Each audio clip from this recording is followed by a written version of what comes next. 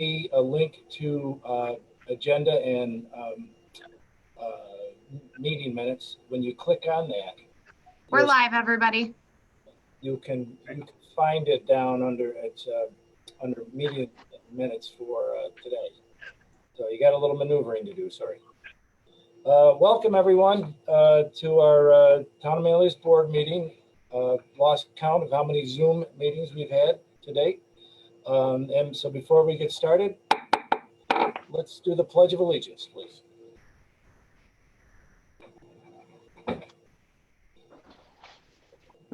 I pledge allegiance to the flag of the United States of America and to the republic for which it stands, one nation, under God, indivisible, with with liberty and justice for for all. all. Thank you. Just a couple of things before we get started. I'd like to take a moment to remember George Floyd, who died a tragic death on May 25th, and from Minneapolis, Minnesota. And many have come together. Many communities have come together throughout the nation to mourn his death. And what I would like to do tonight is really have a moment of silence for George Floyd, if we could.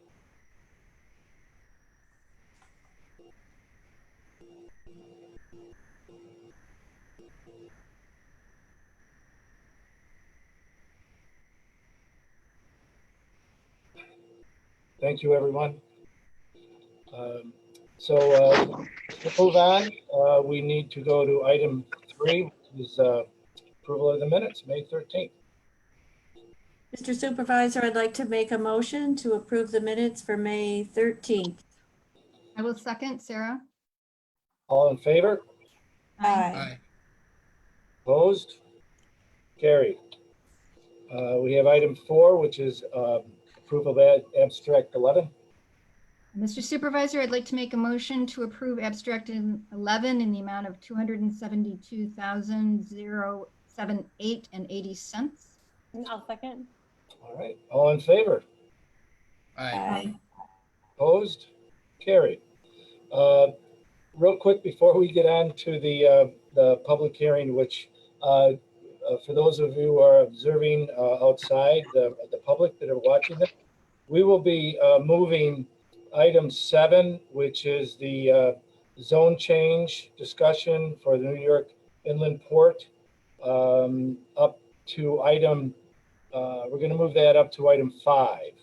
And then we'll move Rolex down after that at 6. So I just wanted to let you know that. And as I have done the last few meetings, very brief update on the COVID for the town of Manlius. The numbers continue to be steady low as far as those that have the COVID and those that have been recovering. It is much better as we go along. In fact, tomorrow we will be having our department head meeting, and we'll be discussing the next phase, where we will be starting to operate by opening the building to the public in the next couple of weeks. Ann, did you want to add anything to that, or are we good for now? Good? Okay, thumbs up. All right, very good. So now what I'd like to do is move on to the public hearing for the Central New York Inland Port zone change request. This has gone to the planning board. They came back with many questions.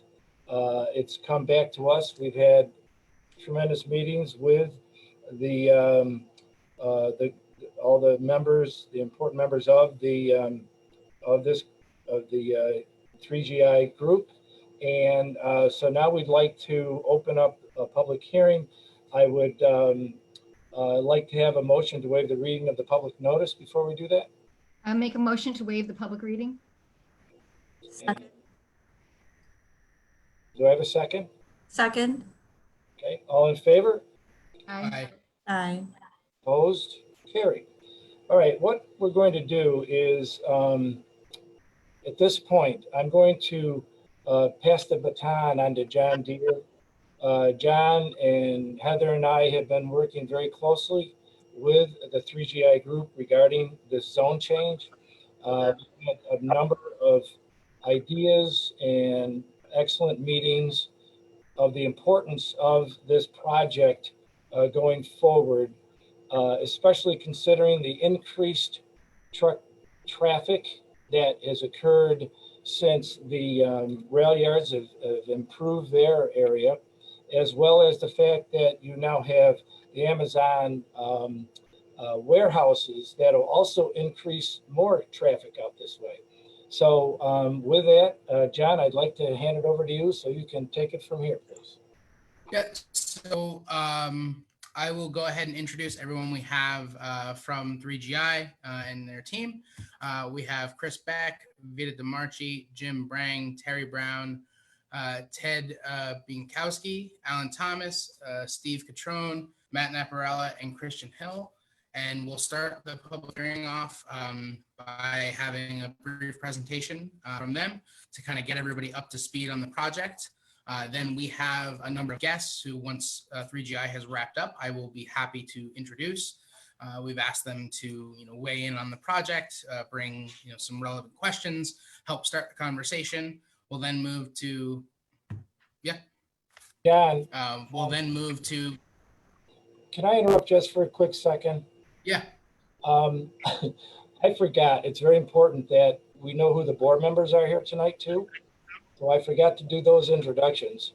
I'd like to go around and also introduce the members of the other town officials here, and then we can, if you're all right with that, I apologize. That's my mistake. So to start, I'm Ed Theobald, Town Supervisor of Manlius. Sarah Bollinger, Counselor. John Deere, Counselor. Elaine Denton, Counselor. Garrett Green, Deputy Supervisor. Caitlin Friesel, Town Councilor. Heather Waters, Town Councilor. And also with us tonight, yes, Randy's here, Randy Capriati, our Director of Code Enforcement. Chief Mike Kroll is here. Highway Superintendent Rob Cushing. Town Attorney Tim Ferteski. Town Engineer Doug Miller. Town Manager Ann Oot. And last but not least, of course, our Town Clerk Allison Weber. So with that, I apologize, but John, I'll hand it back over to you. Thank you. Yep. So again, just to recap, we'll have a brief presentation from 3GI, so we're all caught up. I will then introduce our guests and allow them each an opportunity to speak and bring comments and questions. We'll then move to public comments. I believe we've received a couple of letters. That'll give people plenty of time to ask Q&A here on Zoom or make a comment on Facebook. And then we'll wrap up. We're going to try to keep the whole public hearing to roughly 45 minutes to keep our meeting from going too late tonight. And then just so that everybody knows, we've been keeping our public hearings open due to the platform, to allow for everyone to have their voices heard. And so what we'll be doing is taking a lot of the conversation we have tonight, Q&A, following here with 3GI throughout the week. And then we'll be revisiting this at a future meeting to close the public hearing and to make deliberation. So without further ado. So John, would you like a motion to open the public hearing? Oh, yes. I would so move. Second. Awesome. All in favor? Yes. Aye. Okay, go ahead, John. I just wanted to have the formalities out of the way. No, thank you. So, all in favor? Aye. Aye. Opposed? Carried. Sorry, I was on mute. All right. Okay. So whoever is presenting the slides for 3GI, feel free to go ahead, start sharing, and I'll start a timer. So thank you very much for joining us. Thank you, John. I'm gonna share my screen right now, and then Chris will do the introductions. Okay, can everybody see that?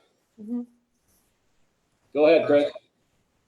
All right, as most of you know, I'm Chris Beck, and I've been working on this project for 9 years. And really what drove me to do it is that if we can get into the international world, it'd be tremendous opportunity for Central New York. But with it comes some concerns, and significant concerns. So I think you all have copies of the sections I set in the state transportation plan. And the two relevant sections is it says CSX is a terminal, and it calls for a federal a port, which is what I am. And so there's been some misconception out in the press about how many trucks are going to be there and the rates that they're going to charge, and so on and so forth. So I thought I'd try to set the record a little bit straight. I did a market survey of 75 companies, either individually or by telephone. And I dealt with all the major exporters, primarily in the agriculture world. And so initially there was less imports than exports, as you would imagine, but that's going to change radically.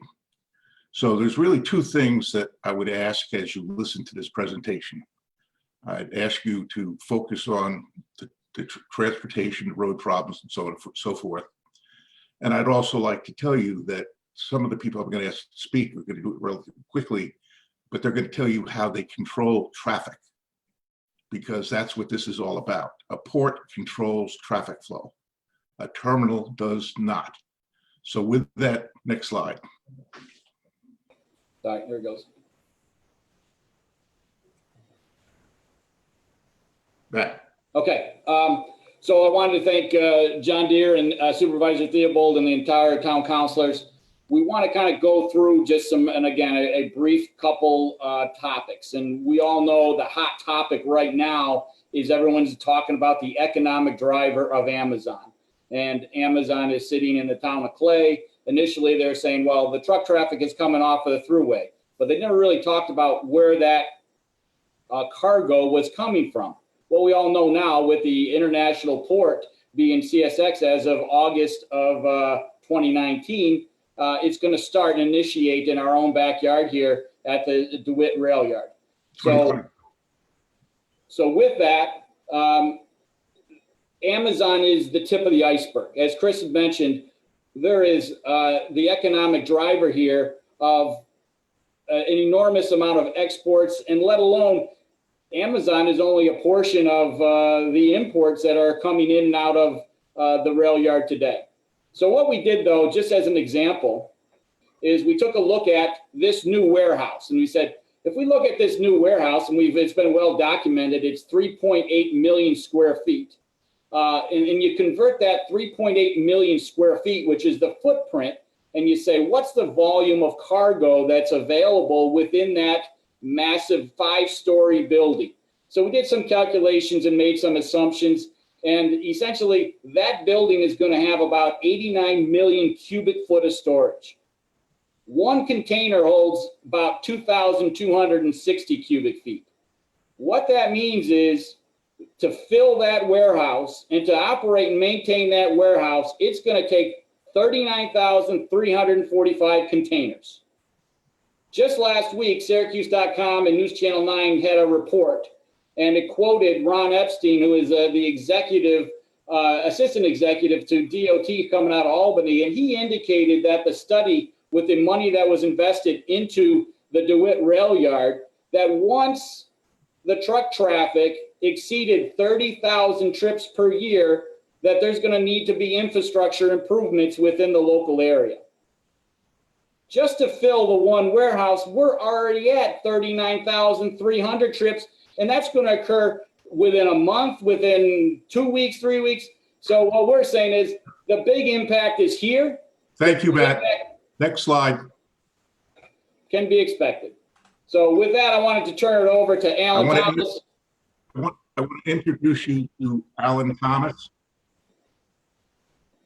Alan Thomas, are you on? I am. Alan, basically, his company, it's an internet software company, and he controls the traffic flow going in and out of the Port of New Jersey. I asked him to basically give you a little update of what goes on down there, what he will be helping us do, and why we have to be able to have a gate to control traffic. So, Alan, please. Thanks, Chris. And it's a pleasure to meet you guys virtually. So our organization, Advent eModal, has been around for about 20 years. We have a port community system called eModal that manages information flows and executional tools in 8 of the top 10 port gateways in North America, New York, New Jersey being one of them. You may know it as the TIPS system, Terminal Information Portal System.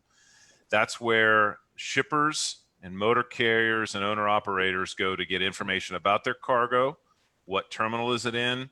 What train is it on? If it's leaving outbound, what do I need to do to get that cargo? What barriers of entry are required? And specifically in New York, New Jersey, there are timed appointment or reservation systems, and there are fee collection systems that we provide within TIPS and within the eModal platform nationally that eliminate the need for unnecessary visits to the port area. It's about information flows. It's about scheduling people to arrive when they're supposed to arrive and not allowing them to further congest an already overtaxed infrastructure, which as the Amazon, as we've seen in Southern California, that's where I live, Southern California, and anywhere that an Amazon facility shows up, the world changes. You've heard of the Amazon effect, and that's kind of what we've been brought in to help Chris and 3GI model out how to do this most efficiently. So what I've put together here is a simple flow which explains how, with information systems and digitized processes underneath, can streamline the flow of information and cargo out of the Port of New York, New Jersey, and into Central New York through the CSX rail facility and onward, not just to the 3GI facility, but the Amazon facility as well. You know, there's going to be far more than 39,000 truck trips associated with this. And we believe that with a highly digitized software infrastructure that connects all of the trading partners together, you will be able to mitigate the truck traffic backups and congestion that typically occurs at these manually operated facilities. And that's a vast departure from what 3GI is proposing to build. And we think it's the identification of all of the players involved, the trucker, the truck, the mode of conveyance, so that could be planned and scheduled automatically to make sure there's no congestion and backup on the roads, and really optimizing the space available for any facility, but specifically for 3GI and the DeWitt facility that we're. Okay, thank you very much, Alan. And again, this just kind of emphasizes my point, and that is that I'm an inland port. I can control traffic. CSX doesn't control traffic. It's a terminal. If you don't have a port and you don't have a regulation passed in Manlius that says all truck traffic has to go into the port so I can control it going in and out, you're going to have chaos. So if you're going to give me a zoning approval, you've got to do this also, because otherwise you're building a port that's really not going to be used by CSX. So let's go quickly through the next slides. You've seen most of these, so I'm just going to ask Matt to just put them up. So you see, these have all been shown to you many times before. So this is zone change overview. Go to the next one, Matt. This is the zone change areas that we were talking about. You've seen this many times. This is where the proposed yard is. And as we've said, we can control the traffic initially as it comes down Fremont Road in our port and get it across the street. But it's not going to help peak traffic flow. It's not going to do any of those things unless you pass an ordinance that says all international cargo has to go in and out of the port, period. Now, next slide. This is pretty much how it works. We're starting initially with 2 acres. I have my SERTA money waiting to go. They're pushing me to do it. They're all about reducing CO2. Big part of what a port does, it does that. And initially, we're going to have to we have access where we can bring it out to Fremont Road. It'll have to go about 100 yards south to get into the port. Last slide. This is what it looks like. You've all seen these before. So we're ready for open questions. Fantastic. Thank you so much. I mean, I think I think I speak for all the counselors. I think we've come to understand this project a lot better since our first meeting and our first presentation. So thank you so much, and also for keeping it to a nice short presentation. So just based on who I'm seeing here in attendance, I see that we have Assemblyman Bill Magnarelli, and Bill, if you want to unmute your mic, if you had any comments or questions for 3GI. Sure, I'm all set. Can you hear me? I can. Okay. Well, thank you very much for inviting me to this meeting. I've been trying to see that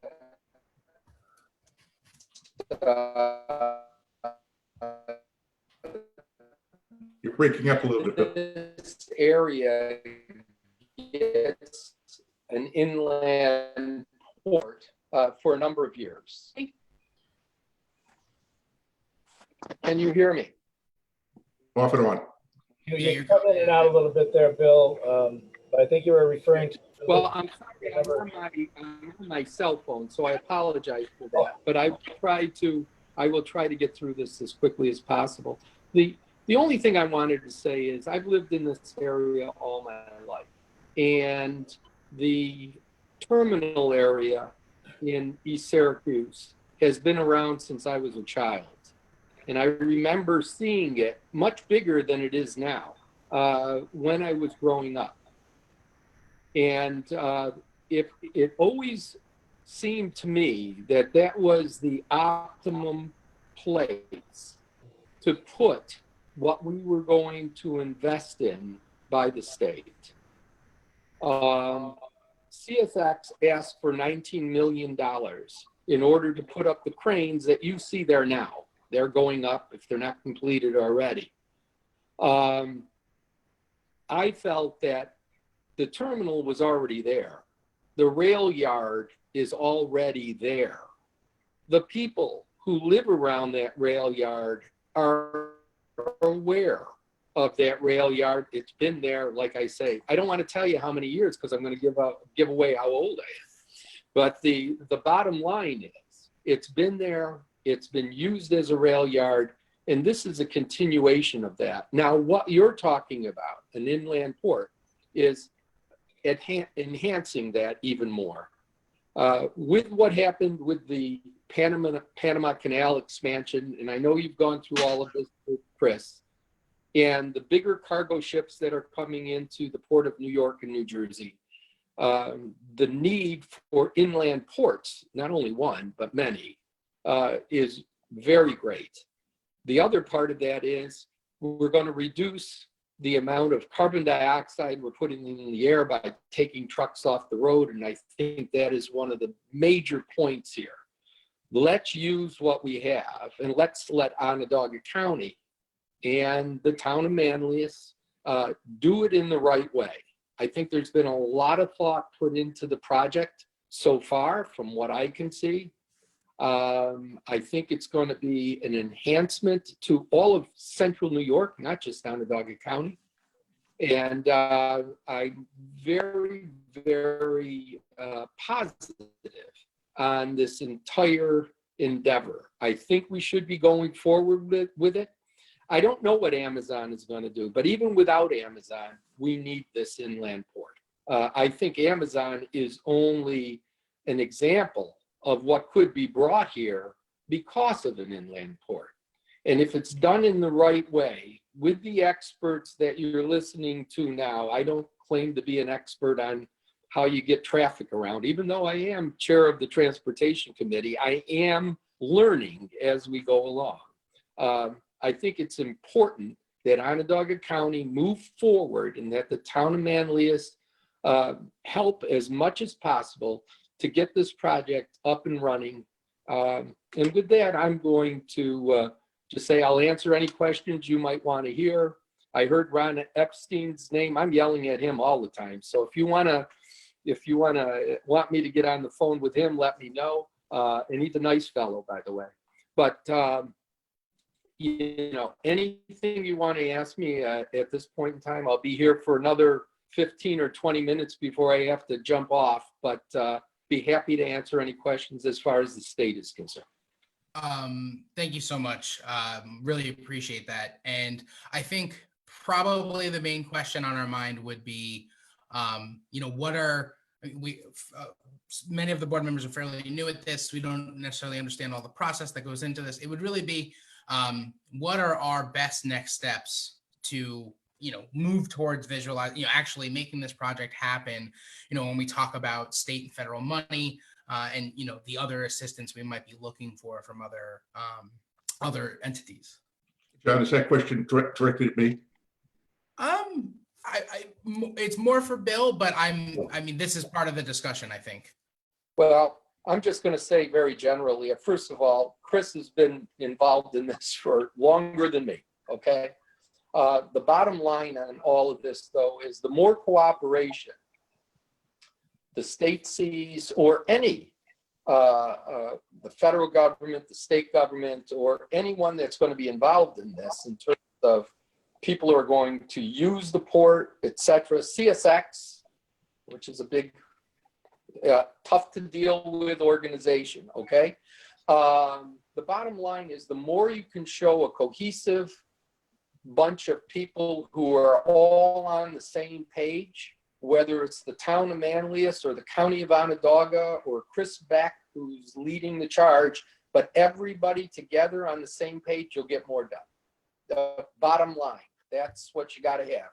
You got to have one voice moving forward, that we're ready to go, shovel ready, in the ground, gonna move as fast as possible. That's what I would suggest. Thank you for that. I appreciate it. And just, with respect to time, I want to make sure we hear from everybody.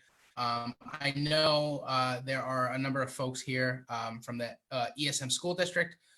We have Donna Desiato, Joseph Shields, and Catherine, excuse me if I get this wrong, Skahen. And I'd love to hear, I don't know if you've planned a comment or a question, but we'd love to hear from you next. Thank you, John. I'll take the lead, and then I'll let Kate and Joe ask any questions that they might have or any comments. First, thank you to Ed Theobald and to the town of Manlius for inviting us into the process. It's great to have the collaboration with our towns and villages with regard to working together collaboratively to make this the best part of the region that we can make it. I also want to say hello to Chris. Chris, it's good to see you after all these years. I'm very good. And thanks for continuing to believe, Chris, that this project can work, and it can work right here because you have been at this for a long time. I remember meeting with you probably about 8 or 9 years ago. Yep. You had that vision then. You continued with it. And one of our master teachers said today, Chris, about students graduating, he said, I found that persistence and perseverance are keys to success in life. So I think you model that. I think that for the school district's perspective, it is very important for us to have a strong economy and to have a very strong area that people want to invest in. I think that something such as an inland port, and I do believe that we have demonstrated most recently, once again, that if we can launch an astronaut into space and we can meet it with a where it is in landing in the atmosphere on a satellite to rotate around the Earth, and we can have part of that land on a ship, I believe we can control the traffic around the day hours of the school system with the number of trucks through technology, logistics, and being very mindful. So as superintendent, I appreciate the fact because the lives of our children are very important. Those trucks are very big, and so we want to make sure the traffic is controlled. But I do believe that that being a part of this project, and I trust that being a part of the project, we have had our transportation supervisor look at this, and I'll have Kate comment on it. We do believe that logistically it will work based on what we've received to date. We would want to know when phase 1 begins and when phase 2 begins. and when the project is completed, mainly so that we can coordinate some of the types of processes that happen with the beginning of the school year, a middle or an end of a school year. But from the school district's perspective, this is a project that we have, I believe, long awaited for. I think there's other areas that are expanding with regard to Amazon in this region as well. And I think there'll be other entities that will come into this region when we have the capacity. In our eyes, it's water, it's rail and roadways, and it's also the human capacity, which we hopefully are preparing the next workforce for all of these industries. So thank you. And we'll answer any questions you have from the school district. Thank you, Kate Doc. or Joe, I don't know if you have any questions or comments that you want to ask tonight for the town. Hi, this is Kate Skane. I'm the Executive Director of School Business Administration for ESM, and I just want to thank you for considering the potential impact of this project on ESM student transportation. And we do look forward to partnering with you to help figure out how the truck traffic can be controlled in coordination with our student transportation schedules. So thank you. Good evening, everyone. My name is Joe Shields with the Ferrara Firm School District Council. I think Donna, Dr. Desiato said it best. The district supports the program and is encouraged by it. Our main focus is twofold. One would be the benefit that the school district gets for funding of the student programs from increased real property taxes, and development's good for school districts across the state that way. And then secondly, it is just looking at phase 1 and phase 2.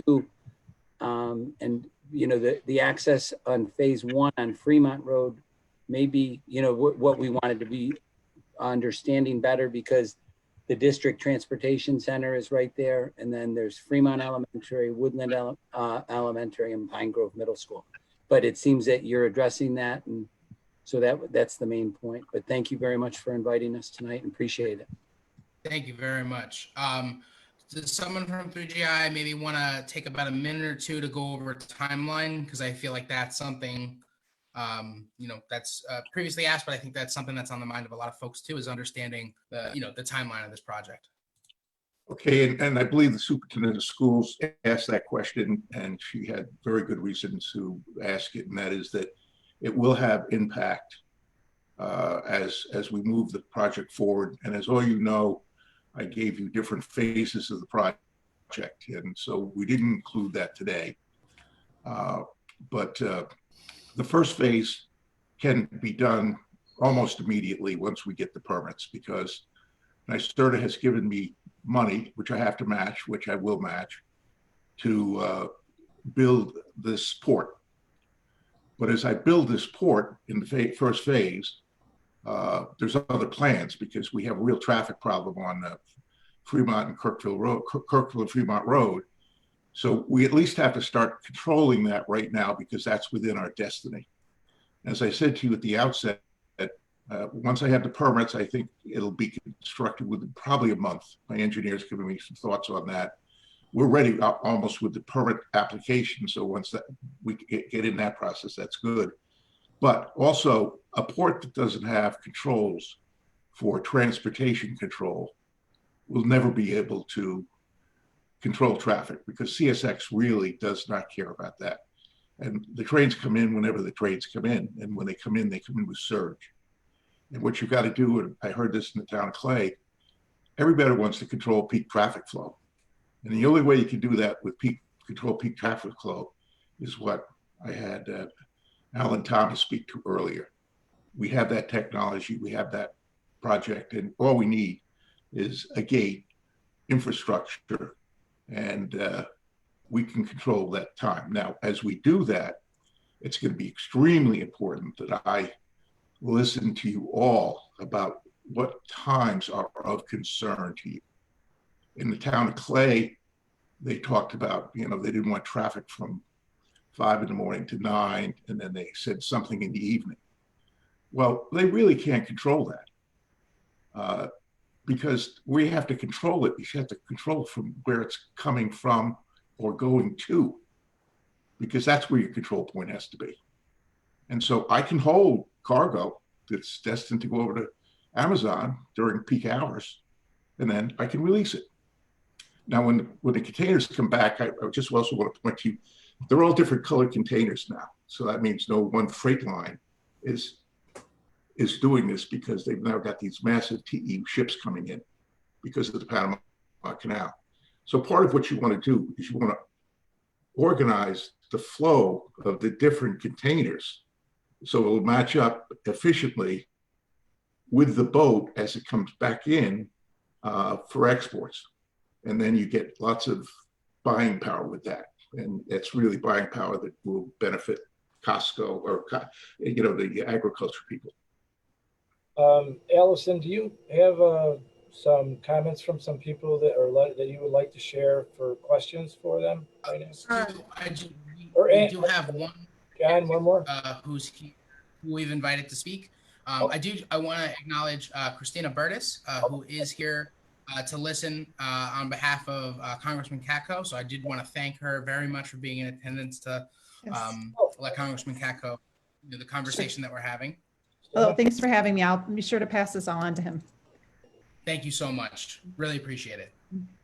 And then our last guest is David Botar from the Central New York Regional Planning and Development Board. So David, if you had questions or comments, got a couple minutes for it.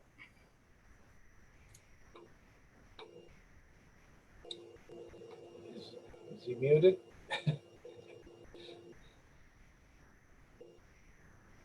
Dave, you're muted.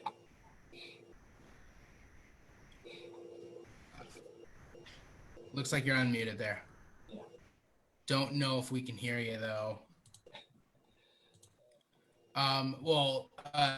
David, if you want to maybe log out and then log back in, we'd love to hear from you if we can get that working. But just for respect of time, we are gonna just kind of start moving forward. But thank you so much for joining us. And if you can't get to us, we'd love to hear any questions you might have. Feel free to reach out to one of the board members and we'll definitely take that into consideration. We have a lot of questions and comments, and I think we had some hands up in Zoom. So just real quick, I'm going to try to work through some of those. I'm going to start with Facebook just because that seems to have slowed down and that is on a delay. We have Nan Clark, Mark Levine, and Mike Nessie sharing some concerns and some questions. Comments about traffic already being a nightmare. The 3 schools there, it's very important to Nan that we take careful consideration when making decisions on this matter. And I thank you for pointing that out. This is why I believe this project is taking a little extra time, because we are taking some very careful steps. Questions about whether the current infrastructure will be able to handle the truckload and what effect the increased amount of pollution from the trucks and if there's a significant financial benefit for the town of Manlius. And so I can address some of that, and I'll leave it to 3GI for some other stuff. But as far as the increased truckload, I think the important thing that's taken, I know Ed and Heather and myself a little bit of time to understand completely, is that this project isn't going to increase truck traffic. That this is kind of in response to the increased truck traffic. That's one of the reasons we've really taken this very seriously. Thank you again to Chris Beck and 3GI for kind of helping us get to that point where we understand the traffic is coming. And so whether or not this project goes through, we're gonna see that increased truck traffic. And this is a solution to combating what we do with that traffic, hopefully in phase 2, getting it off of some of the more residential roads. And as far as pollution, this will hopefully allow containers to come up to our region via train, which is significantly better for the environment than having those trucks come up 90 or those containers come up 81 on a truck. And that's another reason why we were, obviously, I think everyone's aware that the board is very concerned about environmental sustainability. And so that was definitely one of the reasons this seemed very attractive. And then we have a couple questions on Zoom. With I-81 being closed permanently or for some period, have we considered traffic, including ancillary traffic locally? I don't know, is 81 being closed permanently? I don't know if they're referring to the viaduct, possibly, the change that they're looking at, I think. Hmm. It's been a long time since we talked about that, John. That may be what they're referring to. Yeah. And again, I think that's a really helpful thing to think about, and that's something we will absolutely be discussing over the next week or so. Is how this will be impacted by all the other things that are going on. I have a question here or a comment here from Harvey, one of the partners at Drive-In Self Storage, which will be surrounded by the port. He's concerned about construction of the buildings and how that may affect his facility. He's concerned that construction may affect his foundations during construction until the regular roads are put in. The road out to Fremont Road will cause more traffic and can cost him business, as people may not want to put up with all the truck traffic. I can leave some of the construction questions to 3GI. But again, this is definitely why, Harvey, thank you so much for bringing this up. We understand that this increased traffic that's coming regardless, will very much impact that region of the town. And so, like I said, that is one of the main reasons we've taken this so seriously is, to address that. So Harvey, thank you. And 3GI, would you be able to address construction concerns affecting his buildings? Well, first of all, we're not envisioning buildings at the beginning. We envision basically the first phase to take the NYSERDA money and just do a 2-acre project. In the second phase, which will be tied to federal money, and I think I've mentioned to you I need a public partner such as Manlius so that it can be advanced into the Federal Transportation Committee.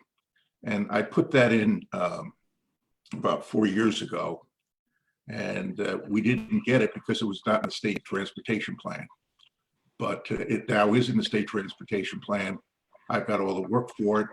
And basically what it'll do is it'll allow the port to go from 2 acres to roughly 12 acres. And then it'll open up all that other real estate I have to future use. But again, I'm looking for a public partner that could be Manlius. Don't give me a port without controls because it's not going to help you, but it's not going to help me. And I really appreciate these comments. I mean, we've come a long way together. And, yeah, absolutely. So thank you very much for that. And I think that's a lot of the conversation moving forward is how do we make this actually happen? And I think that the point of needing a public partner is something that we're all going to have to consider and figure out what we can do. If this project is going to move forward. We have another question from Jerem. Will we have green power available for the refrigerated shipping containers?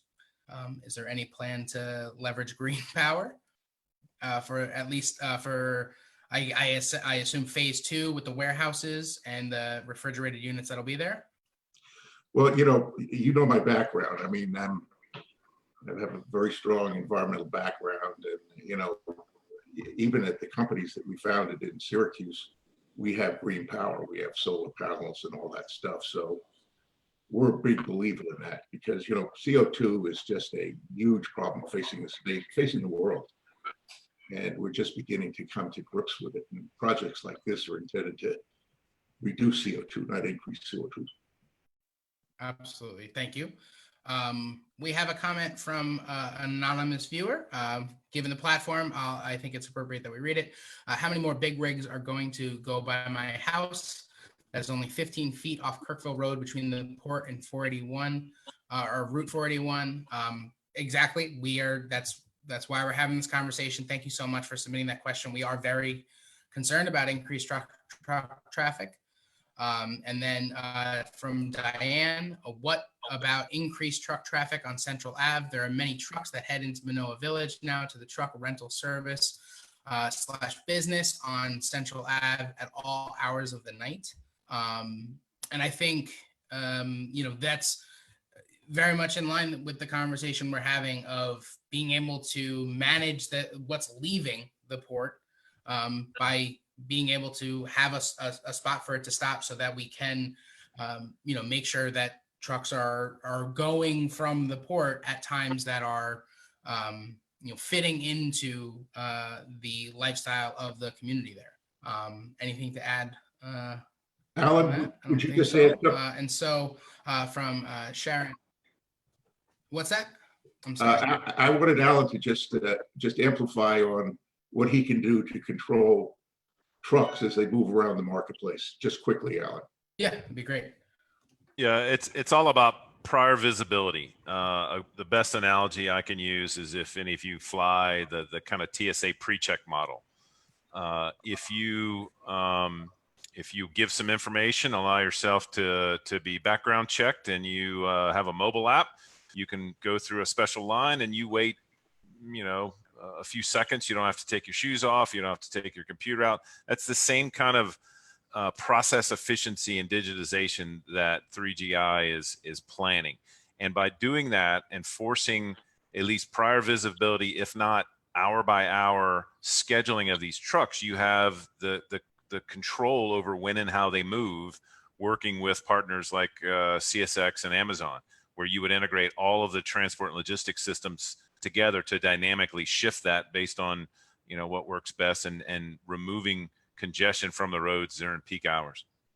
If you don't have those systems in place, it's really hard to control it. Just 20 seconds. If you have a cell phone and you're in a truck, you can watch that truck wherever it's going. Is that correct, Alan? Not any cell phone, but most modern smartphones, which our research shows 96% of all port drayage and long haul truck drivers have these smartphones. Yes, you can track them.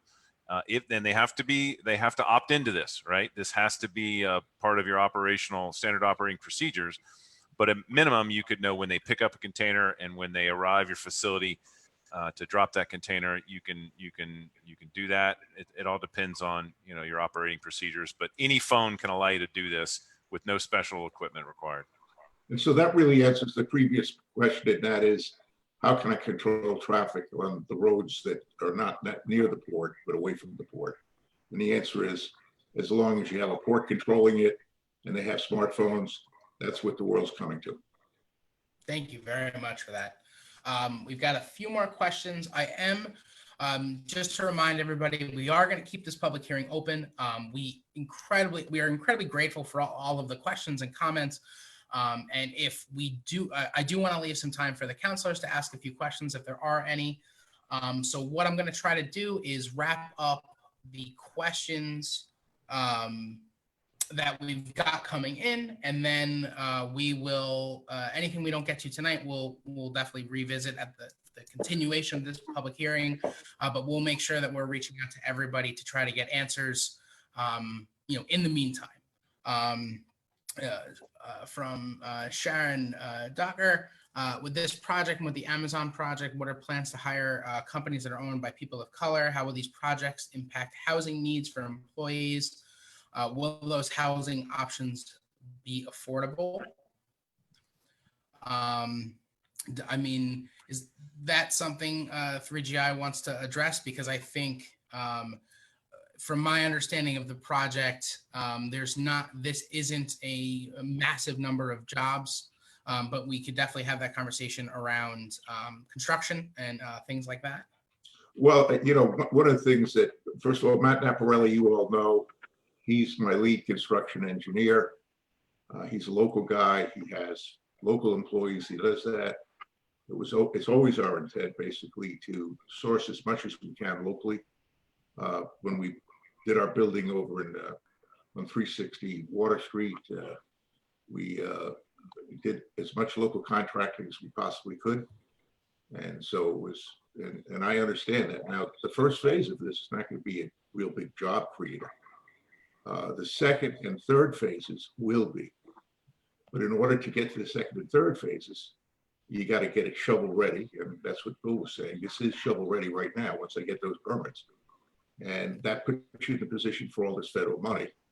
And that federal money will create a huge amount of employment opportunity as we move through these different phases.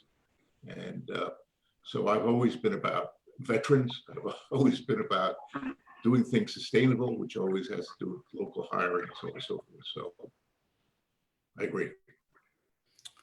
Thank you for that. Just kind of looking through, do you envision any property being taken over by eminent domain for improving roads around the area? I don't think Well, that was in the that's going to be a big issue, really, for government to handle. That's kind of not my pay grade at the moment.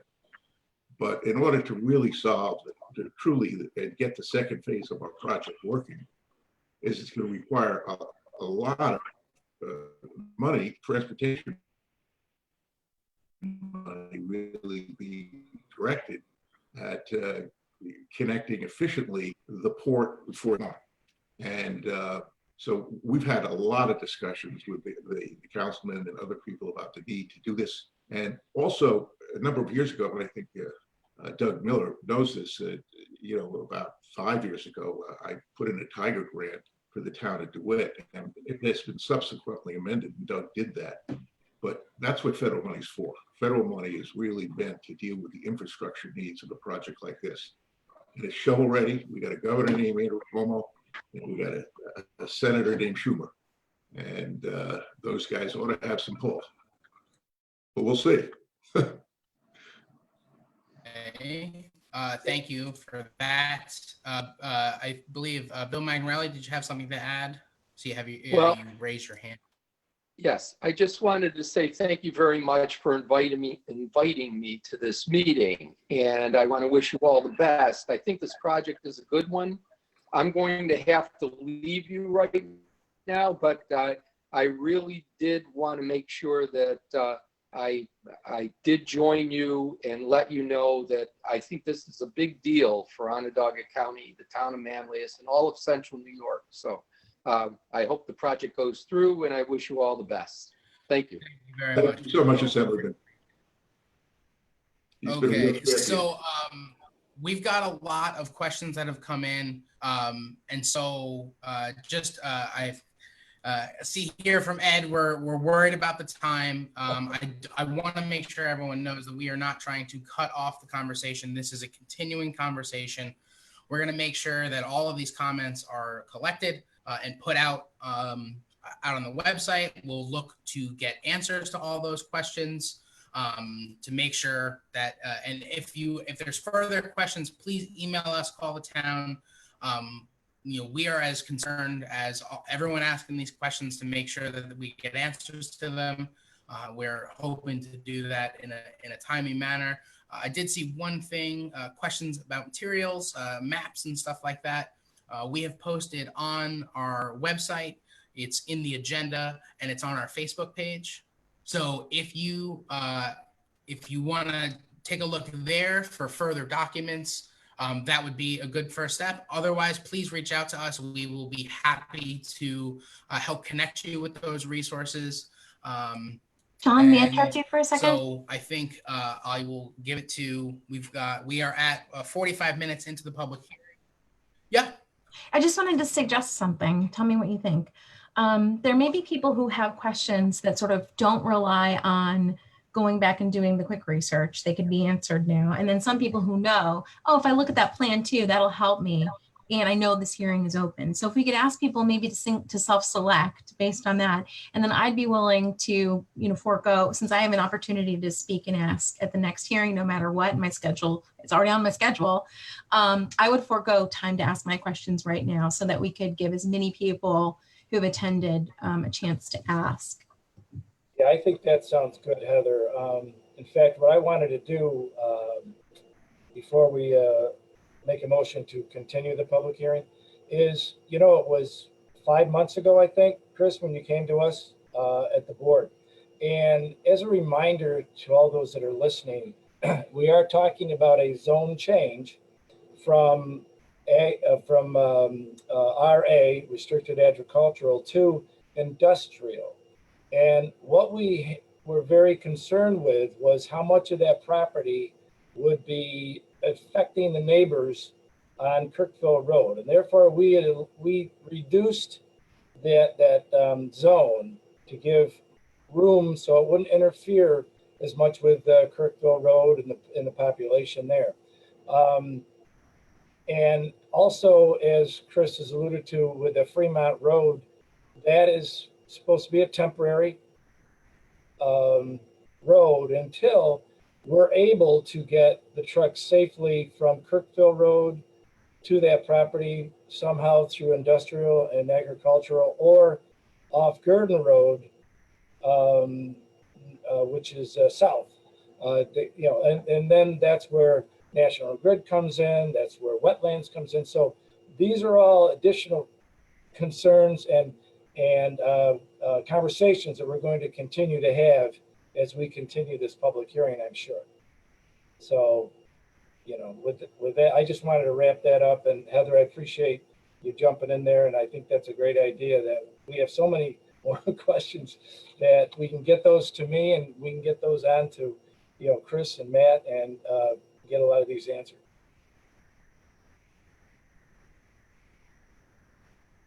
So just one thing I want to reinforce, or two things I want to reinforce. It's a zone change, I get that. Don't give me a zone change without my ability to control traffic, because that's within your power.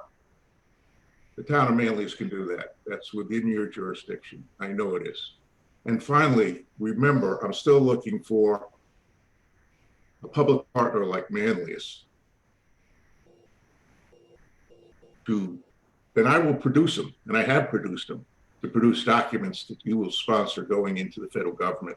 And that's key to what Bill Vagarelli said. NYSERDA, the federal government, always want to see they're investing in projects that are shovel ready.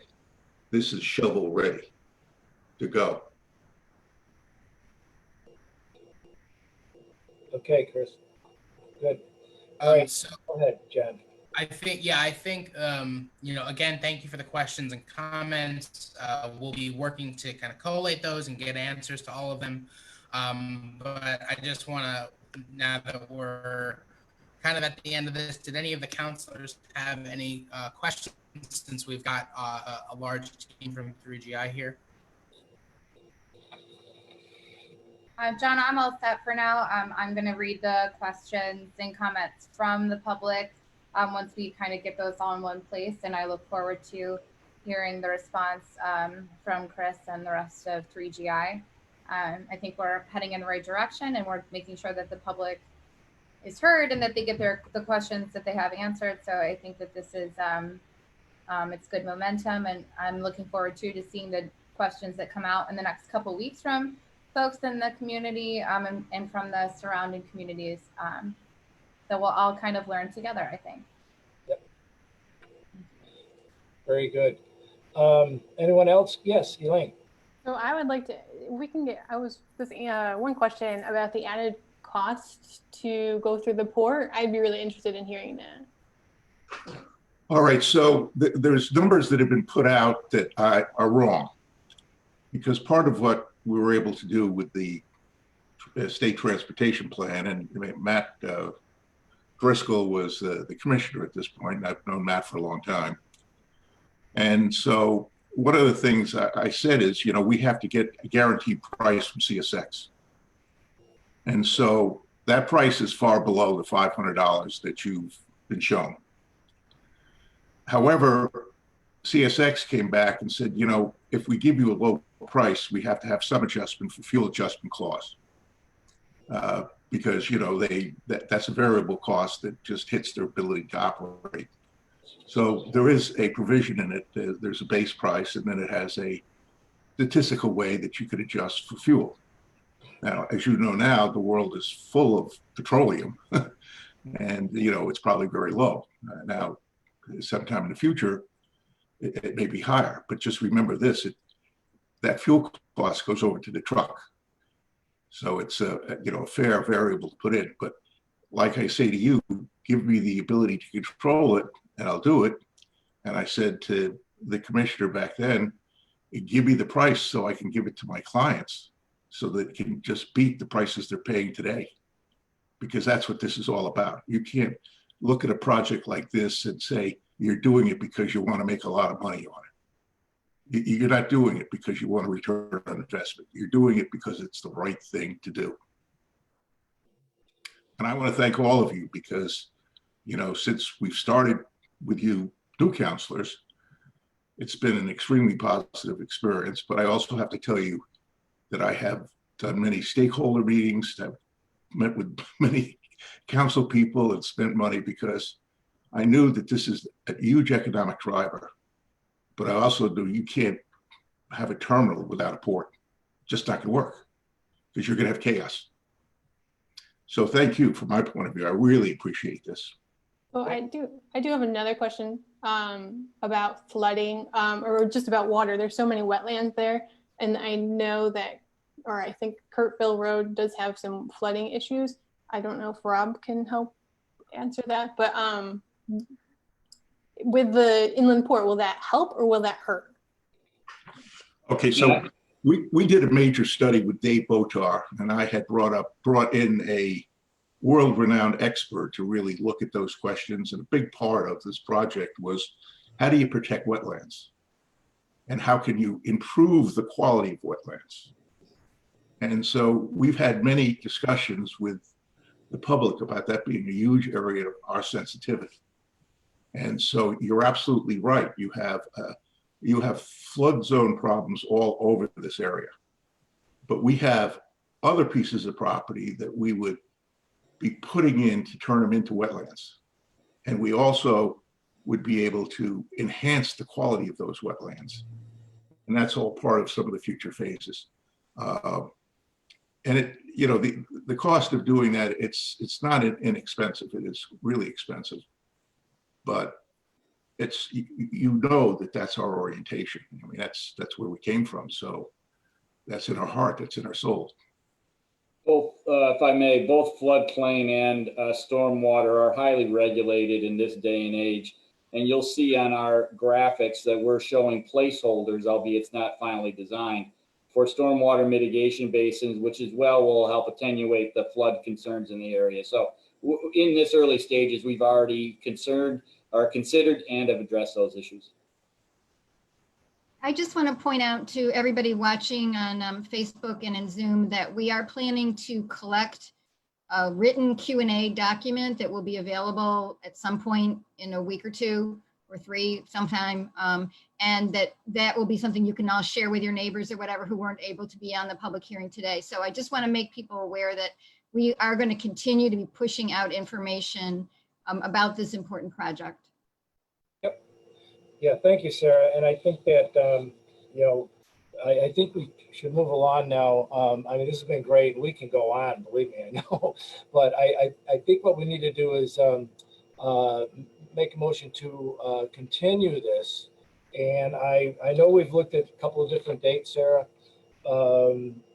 for further conversation. It's going to depend on the letters that we get from people and the comments and questions and how quickly we get them to you, Chris and Matt, and are able to get them back to us. You know, so I mean, we could certainly try. I don't think we'll be ready by the 24th for that. I'm looking at the date. Any thoughts on that, board? Or Allison, when it comes to these public hearings? I think the July meeting would be, I think if we go to the first July meeting. The first July meeting. I think July 8th, Ed, would be better to facilitate, and I think a lot more questions will come in. Yeah, I think so too. Yeah. Okay. Well, I just want to remind everybody that, you know, I want to accommodate the town however you want to be accommodated. And I just want to let you know, in order for me to get through this first phase, getting it shovel ready and getting it ready to take off this international cargo that's coming to you, because this is going to be drawing international cargo from a 180-mile radius. So you got Walmart and you got most of Allentown. It's likely going to be coming up here.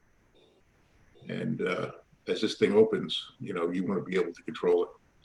So it's your time, you know. Well, Chris, under normal circumstances, You know, I mean, these Zoom meetings have just really increased unfortunately, our time frame of these public hearings. We wish we could, not do it this way.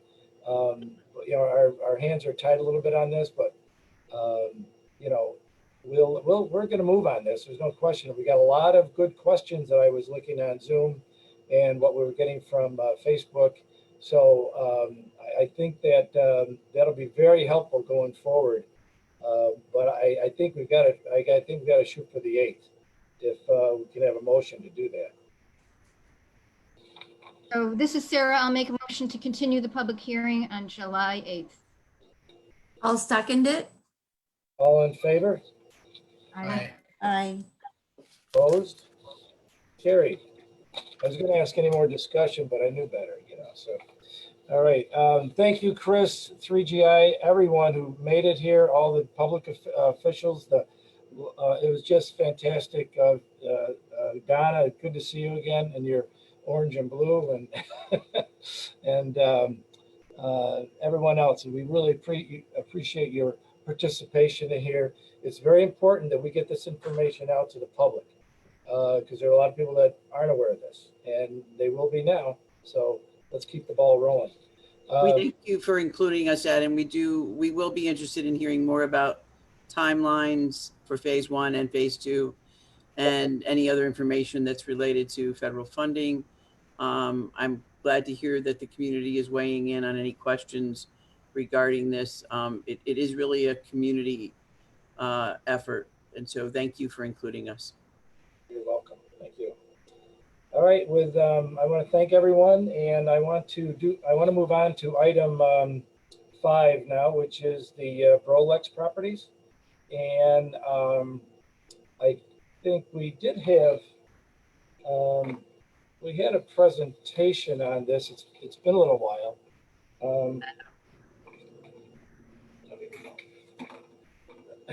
And this is the property over on Route 92, the Freeman property.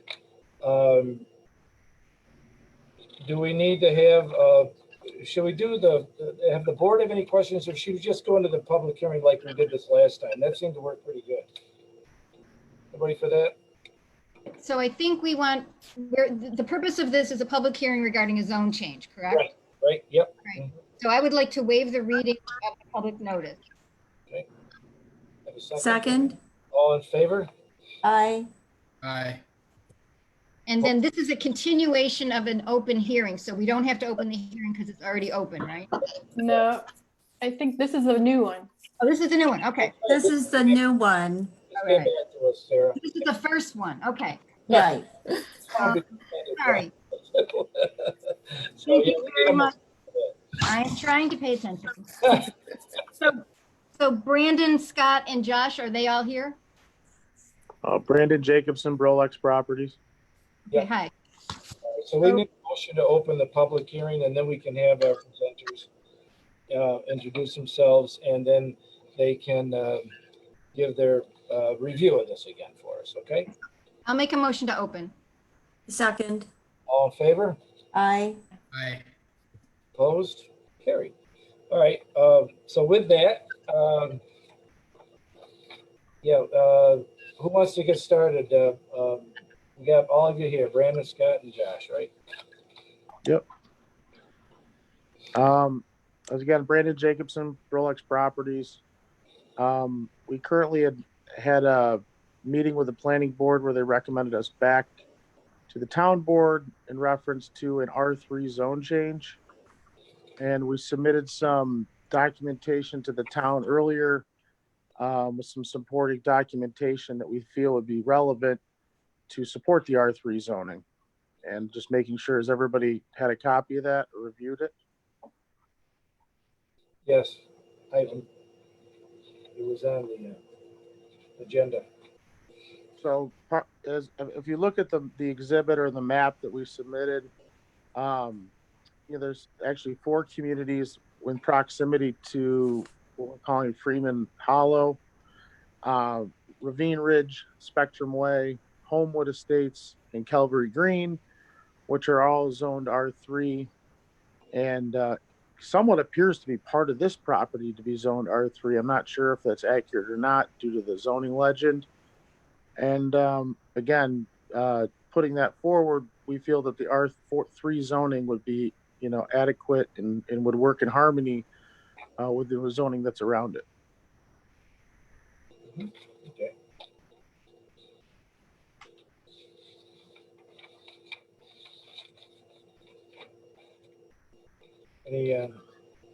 Anything else you want to point out, Brandon? No, just that, we feel that it will be a nice use for the property. We've done some due diligence in regards to traffic and things of other nature. I know that's more of a planning board agenda, but we have done our due diligence that, to make sure this project is something that's feasible and will be successful and a great enhancement to the area. And Tim, I think we did get the report back from the county planning board. Tim, anything you want? Yes, we did. Yes, we did. Yep. Yeah, we did, and they didn't have any specific recommendations or modifications. They have determined that it will have no countywide impact, which that's their function, is to determine whether a project has a countywide impact. They like the normal things that would be required for a site plan approval, which are a SWIP and making sure that the ingress egress is approved by the Department of Transportation, those types of things. The one thing they did look at was they looked at it from going from RA to R5, and the applicant is now asking for R3, which is a less intense zone. My recollection, though, is that in R3 they allow for 2-family houses, and it looks like on your map these are 4-family houses. That's my question too, is that specifically in the R3 district, it says you have to have at least 100 feet of frontage and 200 feet of depth. And it just doesn't look like this is really a 2-family unit. It's more of a planned development. These are actually single-family homes, and that's why we've used the cluster development 278, as did all the other communities around us, to show what we call a traditional, or call it cluster zoning. But these are all individual homeowners. These are not multi-family or 2-family dwellings. Oh, Sarah, I think you're correct. At the planning board level, if you have the referral from the planning board, they did not address the use of cluster development. They just purely looked at R3 for this parcel at this time. So if they're single family homes, it could theoretically be R1 with cluster development. I mean, that's what your drawing was that you submitted, was proving how many units you could have, right? question. Well, obviously, R3 allows for some more density than R1 does. And because the look of the community that we're going for, and keeping all the green space for the patrons and surrounding the homeowners, we thought it was the best, or the proper zoning for the property, just because it allows us to still complete the project with, keeping the same amount of green space, if not more. Yeah, green space down in the floodplain. Well, floodplain and really up at the upper portion, because again, we just feel that the customer base that we're shooting for, is not looking to have what they would call their own yard or, swimming pools or things of that nature. They're looking to have more maintenance-free living. So these are 2-story buildings then, Brandon? Yes. So I mean, I shouldn't say all. Some will be, some might not be. If they're not, what would they be? One or? Just be a single story. Okay. Would never exceed 2. Yeah. Good. Yeah.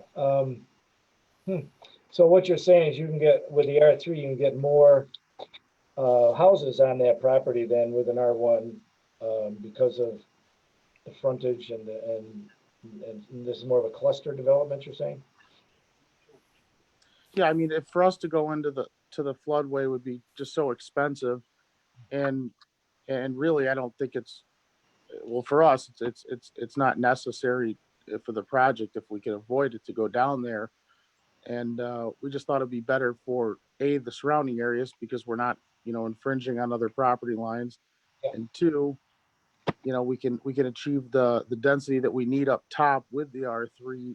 And it just feels like it's the best zone and the best use. Okay. So, And again, we're just trying to stay consistent with all the surrounding real estate. Yeah. Okay. The comments we've received so far have been pretty much about traffic. We really haven't received a lot of comments regarding the design No. of the, of the layout or anything yet. But that's why we're having a public hearing now, is so that neighbors who want to speak up have that opportunity. Yeah, I think, Sarah, you're right. There was some of the about turning, going west on these, out of these areas, and the other routes where they're trying to get out. Yeah. So there should, and I know they're doing a lot of work right now on 92. I don't know if they're widening it or what they're doing. But that could be a mess for a while. Well, again, we're trying to shoot for, the empty nester development here. Oh, okay. So that, a lot of, again, I don't know, and I'm not a traffic expert, but that's why we try to hire one. And by bringing Gordon in, who's done other studies for us in other communities around the county, he seems to be very highly respected. And we've already taken that proactive approach to try to check some of those boxes. And we did submit that paperwork to, I believe, the planning board and the town board. Yeah. Yeah, there aren't really many. There's not a lot of property around it. We've got hybrids dividing it along with it. So it doesn't look like it's going to interfere with anyone, as far as property. But I think that's actually the beauty of it, is that you're still, more than 2/3 of the property maintains green space. Right. Yeah, I see your point there. I'm just have a question on, I know that there's like a drop off. How close is that where these houses will be built? Again, yeah, there's definitely a severe topo change from, I'd call it, if you're looking at the map, 9 through 21. And we won't really, I can't give you the exact, I would call the exact dimensions of that until I really, do a more intense study here. But I would say minimally, we would be at least 20 feet from that, call it severe topo change. So my concern, because of the typography of this parcel, is density. I don't know if that makes sense. Well, I think, but having an engineer on board and making sure that, we can build something that's going to sustain the length of time here is obviously something we want to do as home builders and developers. We're not just developing it to sell it to somebody else, we're developing it to build it. So, I think that's something that we would always have to keep in mind to make sure that we're providing a structurally sound project. Allison, are we getting any Facebook questions on this? So we actually have two. We have one from Zoom.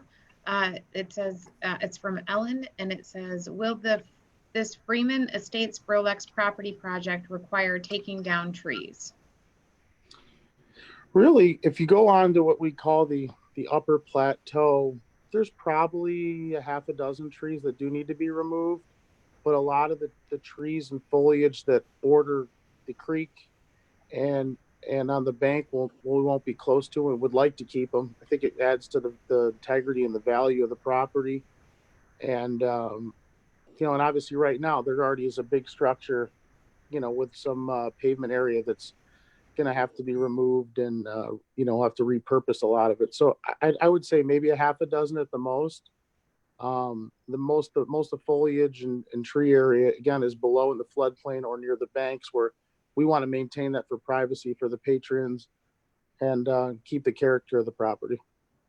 Brandon, are those green round, those supposed to be trees there? That's correct. That would be part of our new planting plan after we've obviously established the development. And so you'll replace more than what you've taken down, it looks like.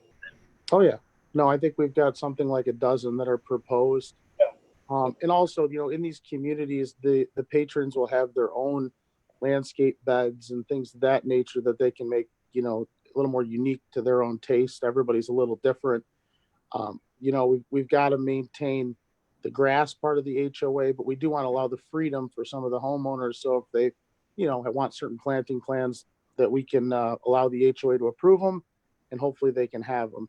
We also have an intention of, maintaining a walking trails that will, hopefully we can talk to Homewood and see if we can connect with some of theirs. But we've got enough land with almost 20 acres below, no, not 20, but 15, that we'll be able to put some stone dust trails below that the patrons will be able to utilize. And I mean, it's really nice down there, especially this time of year.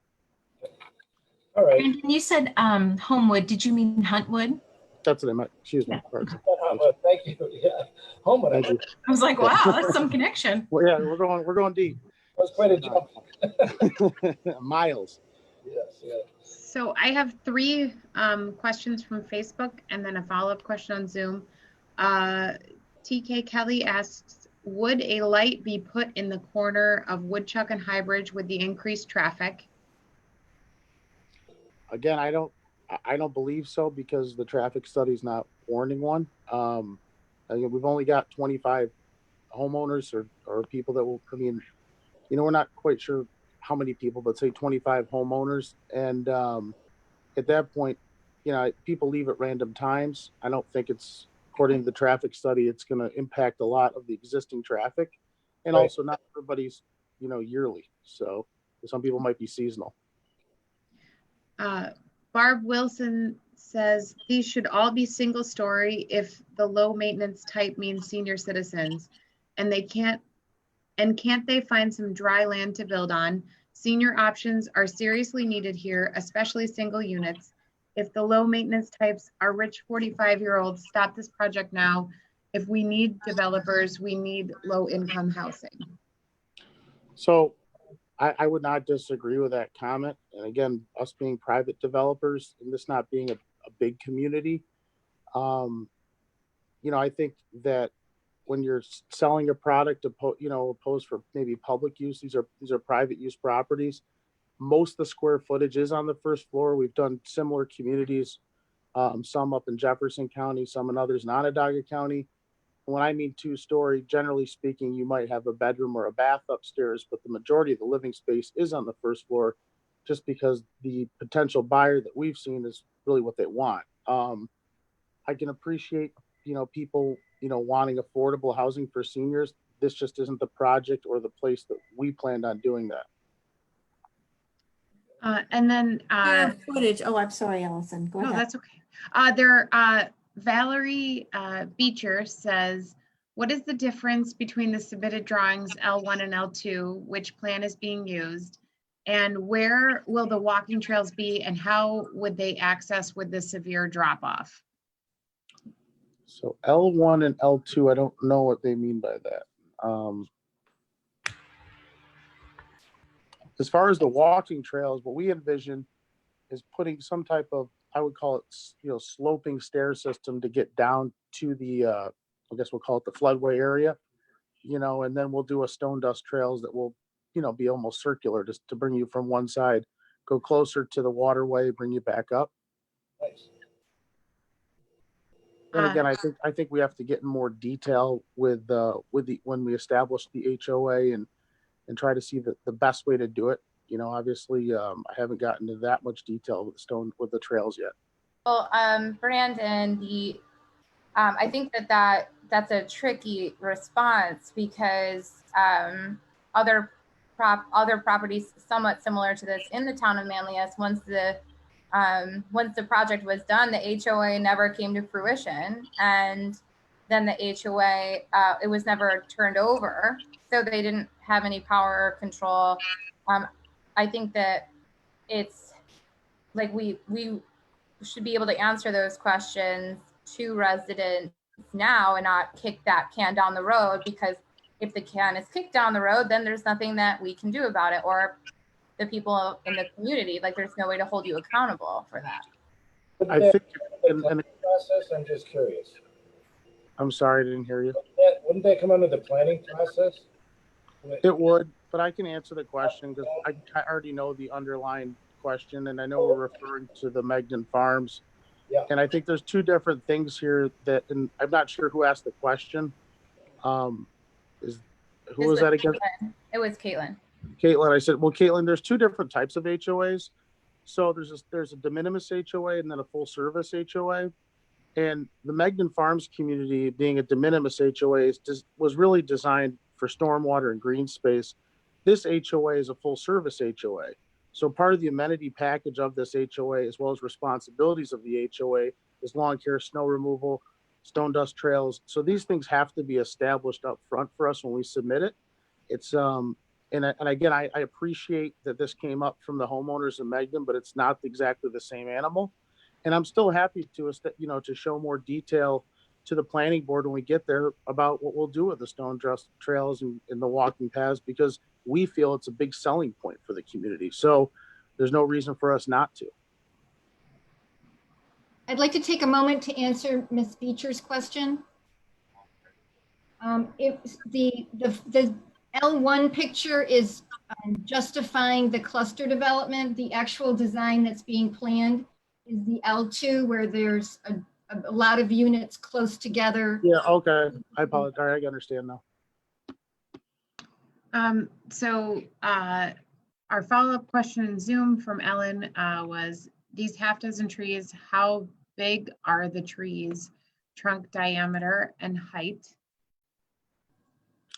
I would have to get back. I know there's one big tree close to the existing house, and I'm not sure the diameter. There's one that sticks out. I know there's some pines closer to the road that I guess you would call the eastern portion that we would try to keep those because I think they provide a nice buffer.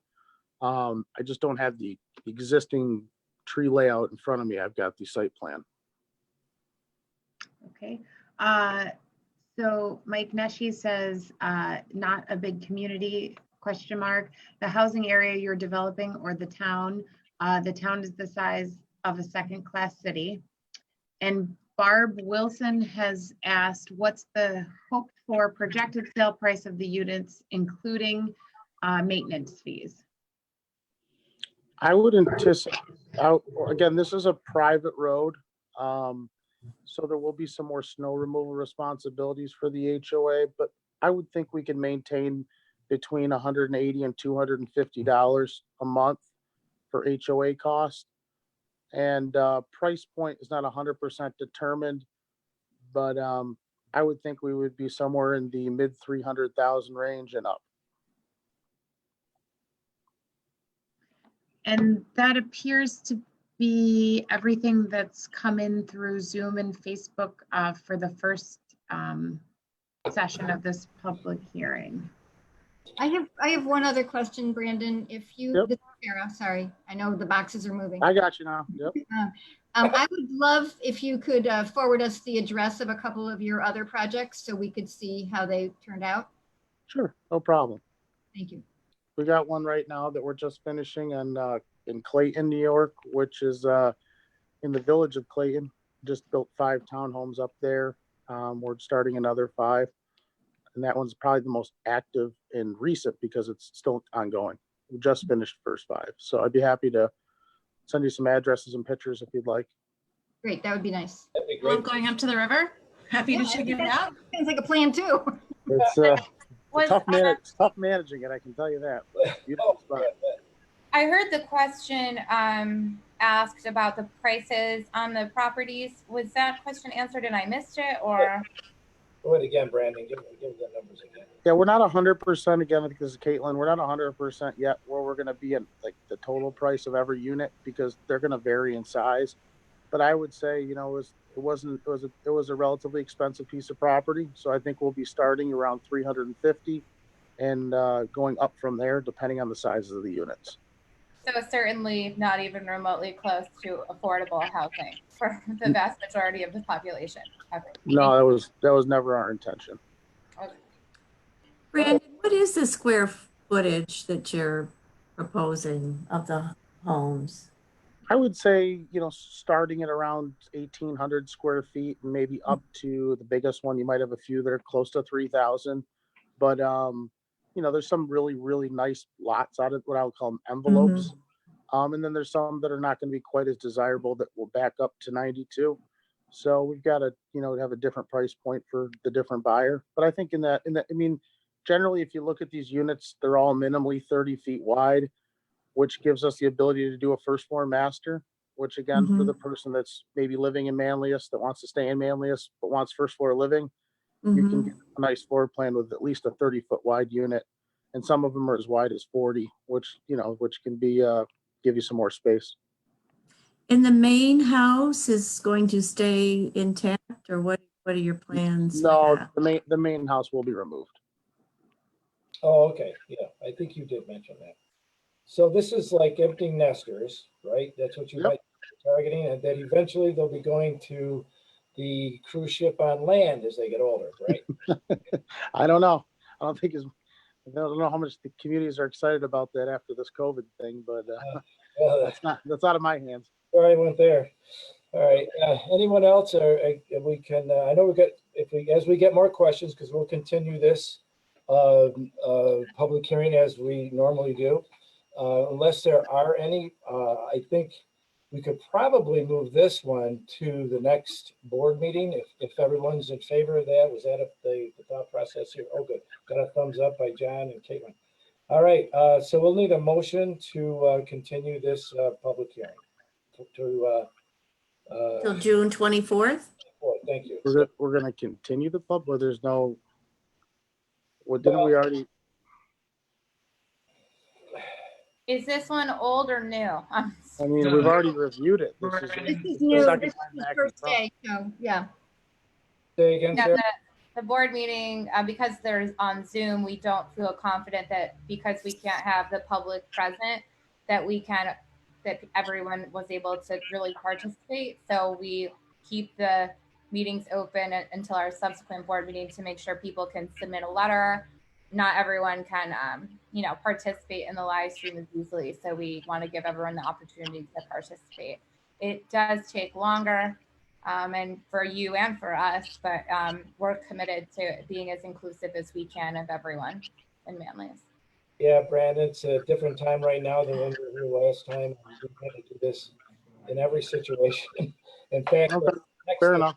The next one coming up is the second one that we hope to actually close.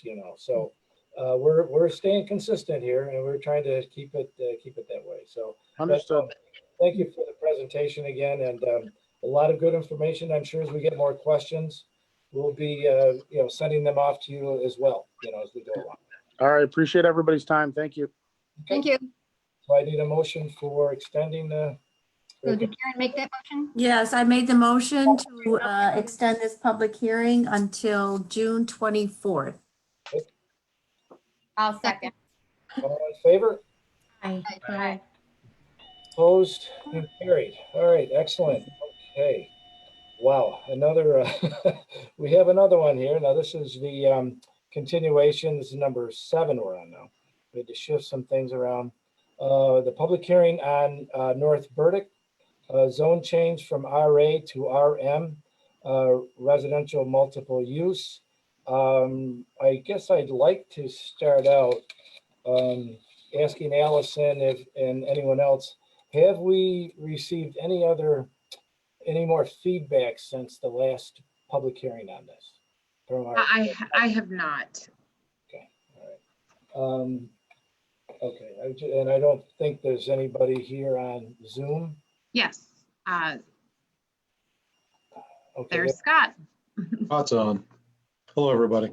Oh, no. I meant Zoom questions. It's too early for that. Oh, let me look here. I believe the last question was Chris had asked, I believe a traffic study was mentioned. Can this be shared? And I'm not sure which that was in reference to, but I believe it was to the previous. Yeah, I think you're right. Okay. All right. Yeah. Scott, you want to do a wrap up, or Chris, who wants to do this tonight? Scott, you want me to, or? Hey, go ahead, Chris. Thanks. Okay. Well, we appreciate all the meetings with the town, both at the town board level and the planning board level. We feel that It's been an intensive review from both a zone change and a planning perspective. And we feel like we've covered hopefully all the concerns and the issues raised by both the planning board, town board, and the residents of the town. And we can appreciate those concerns, and hopefully we've alleviated those concerns. We feel that this is a beneficial project for the town in the location it is. We feel that it preserves the canal corridor by presenting a green space area, and we'll get more detail into that in the site plan. But also it provides what the zone we're seeking, which is a transition from a residential area in Erie Village to a more intensive commercial use as you get down into town center. And we feel that this is a soft buffer for that and creates that transition in this zone change. And it's our intent to proceed forward if we get this zone change to seek the site plan that we presented to this board. We will bring it to the town or the planning board and hopefully work through any comments or concerns that the town and the planning board has. But we're committed to this project, and we hopefully have the town board's approval for the zone change. And we appreciate your time and your efforts with regard to this project. Thank you, Chris. I would say that from the beginning, when you first met with us, or actually Scott first initially met with us, it really seemed to definitely, to me anyway, fit that area for RM. And I like the soft transition that you're talking about as you get into, the automobiles and the town center and what have you. So I think you've done a thorough job on this. You've looked at the traffic, you've looked at the green space, you've looked at the canal and trying to eliminate, interfering with that landscape. And I think that's key. I think you've certainly done your homework on this. I guess my question is, we could certainly come out of the public hearing, and then if we wanted more conversation with the board, and then we can, I think, Tim, you have a resolution on this. I'm trying to remember what we have here. Yeah. Well, I can make a motion to come out to close the public hearing. Okay, that'd be good. Yeah, let's start there. I'll second it. All right, all in favor? Aye. Opposed? Carried. Excellent. All right. All right. With that, board, any discussion further on this? Tim? You can have board discussion, but we're going to have to do seeker on this. So. All right, well, let's do that. So does the board want to, well, we can probably have the discussion during the seeker process. Right. So it's our responsibility now to determine whether or not this project is going to have a significant environmental impact. It's not project, the zone change. And let's keep that in mind. What we're talking about is the zone change, not the project itself, even though we know what the project's going to be. That project will have a separate State Environmental Quality Review Act review when the planning board, if the planning board gets the site plan project that is being contemplated. Everybody understand that? Yep. Okay. So I'm going to go through, I don't know if Allison can, it's what we did last time. I'm going to go through the questions on part 2 of the long environmental assessment form that the applicant has done. And I'm going to read the question, and there's a lot of them. So we'll try to go through this as quickly as possible. Many of the questions will be no. So the first question is, proposed action may involve construction on or physical alteration of the land surface of the proposed site. In this case, we're talking about a zone change. So no, it will not have a physical alteration or of the land surface or the proposed site. Right. Obviously the site plan will, and that will be a separate environmental assessment. Right. Okay. Yeah, so it's a no. So it's a no. Will impact on geological features. The proposed action may result in the modification or destruction of or inhibit access to any unique or unusual landforms on the site. Again, the answer to that is the zone change will not cause any of those, but the site plan will. So the answer to that is no, unless I hear differently. Impacts on surface water. The proposed action may affect one or more wetlands or other surface water bodies. And the answer to that is no. Even the project itself will not. Impact on groundwater. The proposed action may result in a new or additional use of groundwater or may have a potential to introduce contamination to groundwater and or an aquifer. The zone change would not have any impact on that. Impact on flooding. The proposed action may result in the development of land subject to flooding. Again, the answer to that would be no. Impacts on air. The proposed action may include a state regulated air emission source. The answer to that is no. Impacts on plants and animals. The proposed action may result in a loss of flora or fauna. Again, the zone change itself will not have effect on flora or fauna. So the answer to that is no. And if somebody has questions, please step in, please ask me while we're going through this. I have a question. Yes. I don't know if this makes sense, but since because it's on a zone change, but there's not technically a disruption of land. Right. Like how can we answer, because we don't know what, like, we know what's going in there, but we don't know what's going. It's just a zone. Planning board does that one. Yeah, will there be a subsequent seeker of the actual plan itself? Yes. Yeah, and By the planning board. Okay. So this is a philosophical question about how smart this law is that we have to have seeker for this, right? Okay, that's why it's confusing. Okay. Good one. Yeah. All right, let me go back to that. Impacts on plants. Wait a second. I think we did that one. The answer to that one was no. Where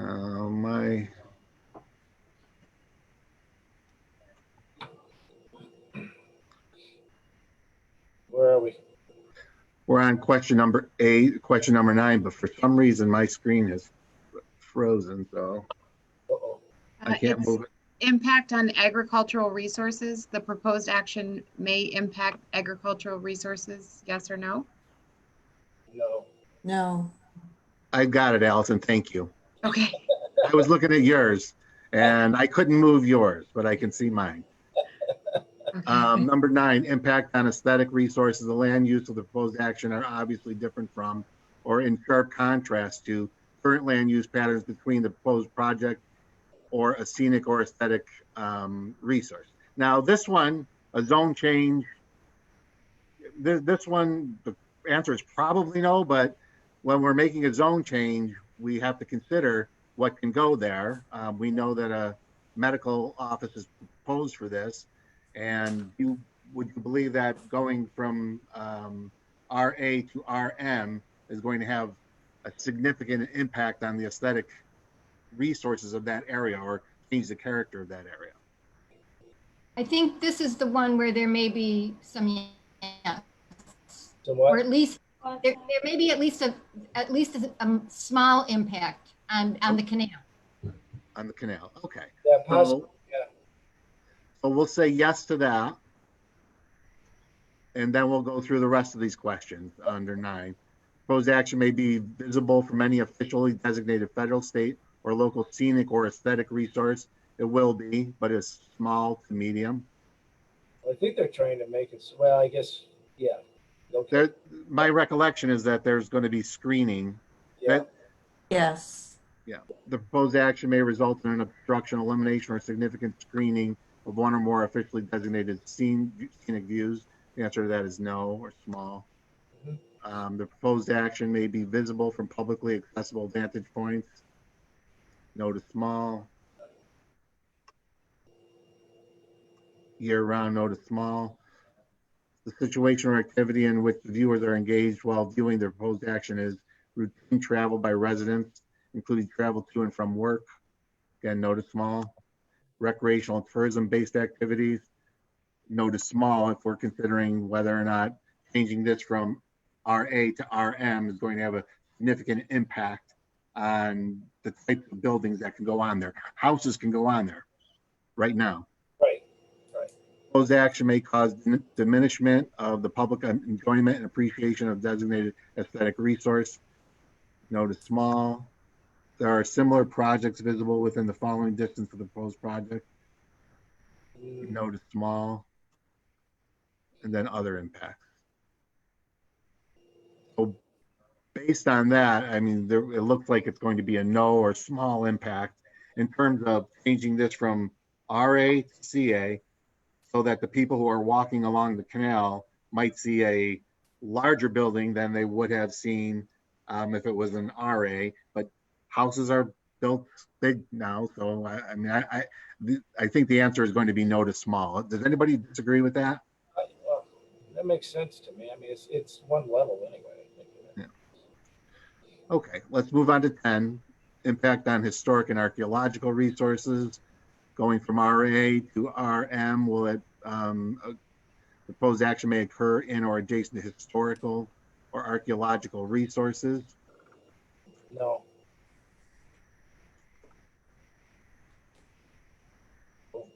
Impact on open space and recreation. Proposed action may result in a loss of recreational opportunities or a reduction of an open space resources as designed or designated in an adopted municipal open space plan. We don't have a municipal open space plan at this point, so the answer to that is no. It will not be, it will not affect the critical environmental area. There is no critical environmental area around there. That's a separate designation. We only have one critical environmental area in the town of Manlius. Impact on transportation. Proposed action may result in a change to existing transportation system. No. No. Impact on energy. The proposed action may cause an increase in the use of any form of energy. No. Right. Impact on noise, odor, and light. The proposed action may result in an increase in noise, odor, or light on outdoor lighting. The answer is no. Impact on human health. The proposed action may have an impact on human health from exposure of new or existing sources of contaminants. No. No. Almost done. 17, consistency with community plans. The proposed action is not consistent with the adopted land use plans. Well, this would be an interesting question if we had a land use plan at this point, but we don't have a comprehensive plan. So is this RM out of the community character in this area? The answer is No. Probably no, because we have RM right next door. Right. Agreed. Okay. 18, consistency with community character. Again, the proposed actions are consistent with the existing community character. There are medical buildings, but again, we're going from RA to RM. So I think the answer to that is no, based on the last question. Okay, so having answered all of those questions, except for one no, but even the one we answered yes is going to have a no to small impact. I would recommend, and I don't know, Doug, if you want to chime in here, but I'd recommend a negative declaration under the seeker process. I concur with that, Tim. Okay. Good job. Need a motion for that? Yeah, let's make a motion to make ourselves lead agency first. So I make a motion for the town of Manlius to be lead agency for this unlisted action. Yes. Second. All in favor? Aye. Opposed? Carried? And I'll make a motion to Issue a negative deliberate, declaration. whatever the proper word is, that we deliberate and decided that it was a negative declaration. Correct. Second. All in favor? Aye. Opposed? And carried? All right, and now I'll need a motion to approve this zone change. So I've prepared a resolution in anticipation of this. I hope all of you have had an opportunity to read the resolution. And if you're in agreement with the resolution, then we could just pass it as it's been written by the town attorney. Does anyone have any amendments to the resolution? No. Everything, anyone? Any questions on it? So I would make a motion to adopt the resolution as presented by the town attorney. I'll second that motion. I think this would be a great, great area for this change. Any other discussion? All in favor? Aye. Opposed? Okay, all right, carried. All right, very good. Thank you, board. As a long process. Scott, Chris, thanks for hanging in there for this length of time. It's this is one of our, a long one, but we got through it. I want to thank the board for all of your input and your comments, and it's been very fruitful and it's a good, great educational process that we've been going through these last 6 months, isn't it? Under these circumstances. So I want to thank the board, and I want to thank you for all of your work you've done on this, Scott, and all right, Chris, and everybody who's here today. Okay, so thank you. Thank you very much. Thanks, everybody, for your help. Greatly appreciated. Thank you. Thank you. Thank you. very much. Good luck. Thank you. All right, so let me see, we can move. Oh, hey, guess what? We get to set another public hearing. All right, so number 8, this is on the, this is, that's right. This is the special permit, correct? The local law for the. Local law, the special permits to the planning board. Sarah, you were a big part. Yes, so I would like to introduce the local law to delegate the ability to grant special permits to the planning board. Yep. With a, so to set the date for the public hearing and then for next meeting, which would be 6/24. The 24th. Yep, okay, so we need I'll second that. all in favor? Aye. Aye. That'll be good. Carried. Is everybody read the- 6:35 p.m. Go ahead. Unless there's I think there might be another one already on. We moved somebody's second half. That's fine as long as we don't start the new public hearing prior to the time that's listed. So I'll put 6:35 on the motion. Thank you. We got the time and we forgot that. Okay. If anybody has any questions about the resolution or the local law, please contact me. Let me know if there's any changes or any modifications or any questions as it's drafted. But it's relatively simple in the sense that it just changes the authority from the town board to the planning board. Excellent. Thank you. Thank you, Tim.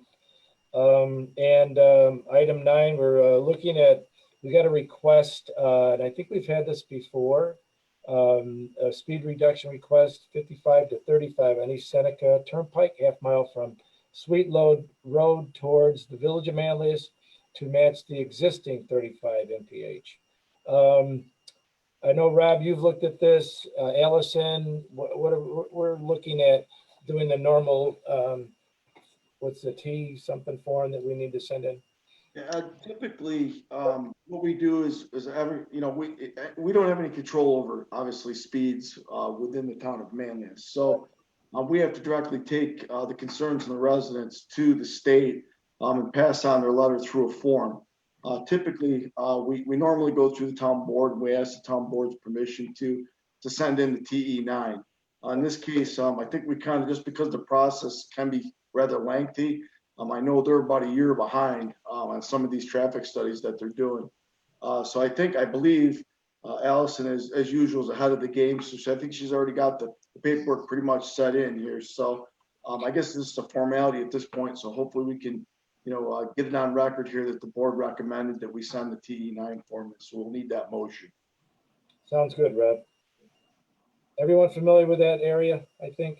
Yes. All right, so we'll need a motion for that. We're looking at the next board meeting. I mean, this shouldn't be. Well, no, this is just, I'm sorry, we're just sending in the TE9. I'm so, too many. We don't have to set an actual public hearing then, right? No. Just need a motion to send the TE9, guys. So We all have. I'm sorry. So we need a motion to send the TE9 form in. I'll make a motion. John has a to- question. John Deere is trying desperately I'm to all set. say something. You're I'm good, all John? set. Are you good? Trying to make it- All right, we need a second. Okay, I'll second it. Karen started it. Yep. All right, all in favor? Aye. Opposed and carried. You know what I was doing? I jumped down to the no parking signs. That's what happened. I apologize. Which is number 10. Sorry, Heather, another public hearing. This shouldn't take long. I mean, this might be one we can do in one night, but I don't know for sure. You never know. Well, I do know that there's some residents who aren't able to attend tonight. So if it's possible for us to schedule the second part of the public hearing, the continuation earlier in the meeting, next time on the 24th, that might be helpful to the residents who are trying to make sure they speak. But I could summarize when we do open the public hearing. I'd be happy to summarize. Heather, we're setting a date for the public hearing tonight. We're just setting the date tonight. Oh, I thought we were opening it up for the first time. Oh no, we're setting the date. Okay. I was saying, Heather, hopefully when we open it at the next meeting. Okay. I would suggest that, yeah. I don't think we can, so. May I make a motion to set a public hearing for the Hale Road no parking signs for June 24th, our next meeting? 6:40. At 6:40 p.m. Second. All in favor? Aye. Opposed and carried. All right. And again, we covered I think we covered this at the last meeting anyway, didn't we, Rob? About the Yeah. stop signs up there? Yeah, I think so. And obviously, you met up there with Heather and I. Yep. Some of the concerns from the residents up there, there's not a lot of residents up there, but I think we've heard from most of them, actually from most of the residents up there. So shouldn't be a long meeting, I wouldn't think. Good. All right. Very good. All right. So next, we're moving right along now. Zooming here. Here we go. A tree commission co-chair appointment. I can talk about that if you'd like, Ed. Yes, please do. Thank you. Since we're recommending to appoint Councilor Waters, I don't know if she wanted to introduce it, but we did have Mary Ellen Letterman had resigned from the tree commission.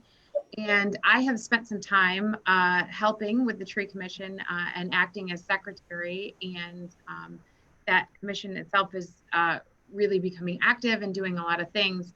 And one of the things that I noticed was that I think it would be good to have the second co-chair be a member of the board who can facilitate the meetings and to also kind of represent the tree commission at the board level.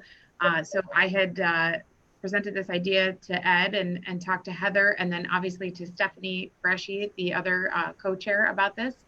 And I checked with legal, and Tim said that it was okay, checking the tree commission bylaws.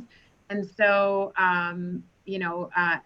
it was kind of, and I'll speak on the behalf of Stephanie as well, as she's not in attendance tonight, but she was very excited about this and in favor of this.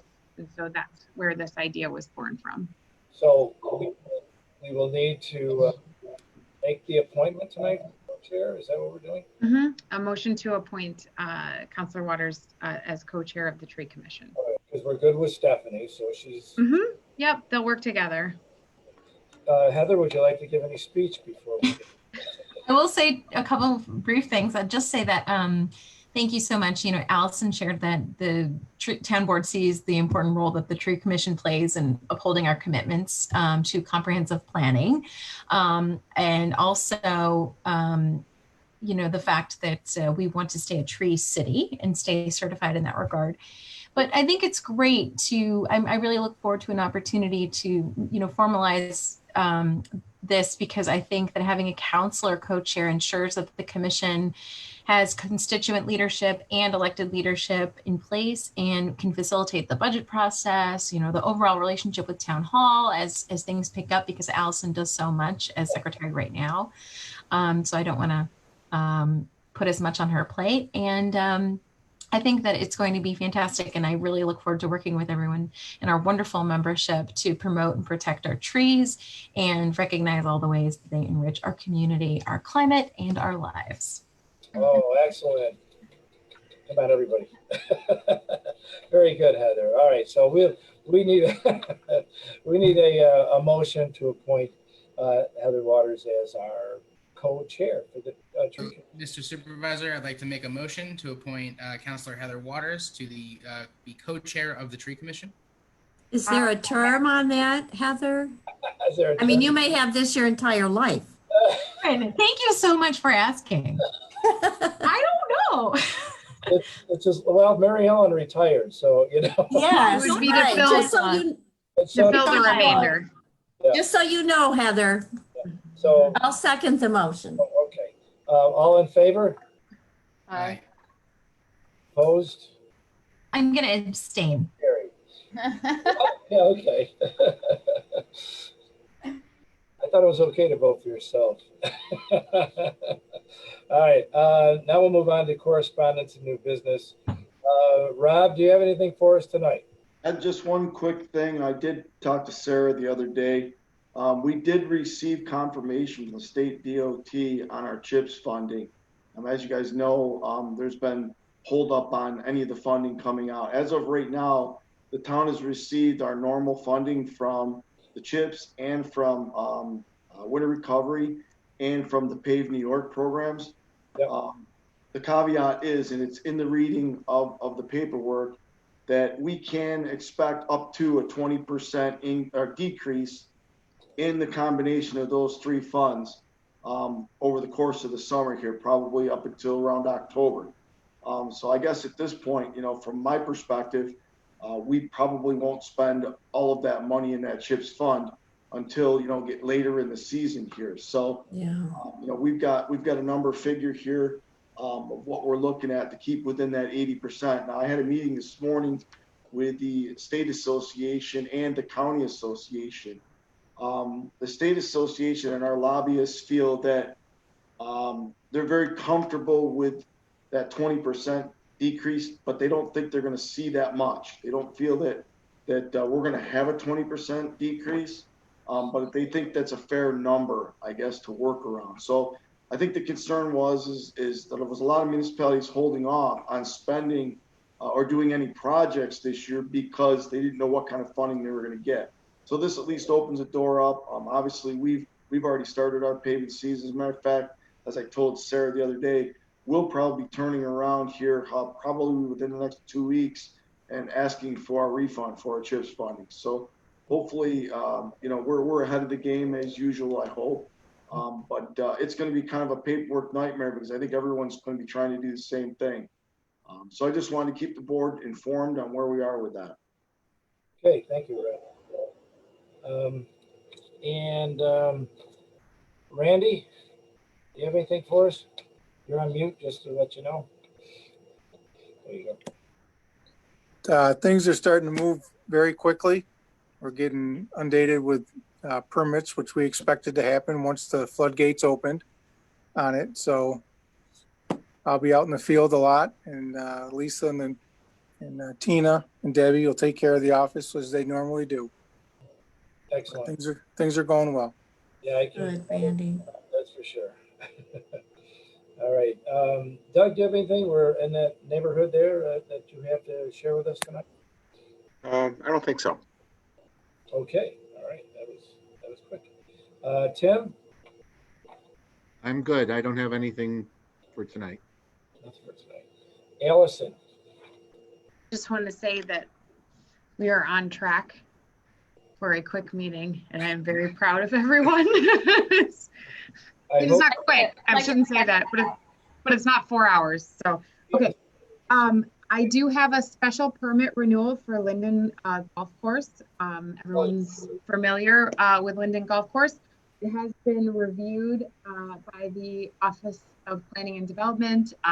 They find everything to be in order and recommend approval. All the proper paperwork is submitted, and Attorney Fortesky has prepared a resolution. And so I am looking for the resolution to be adopted, which will extend the special permit for a 7-year period.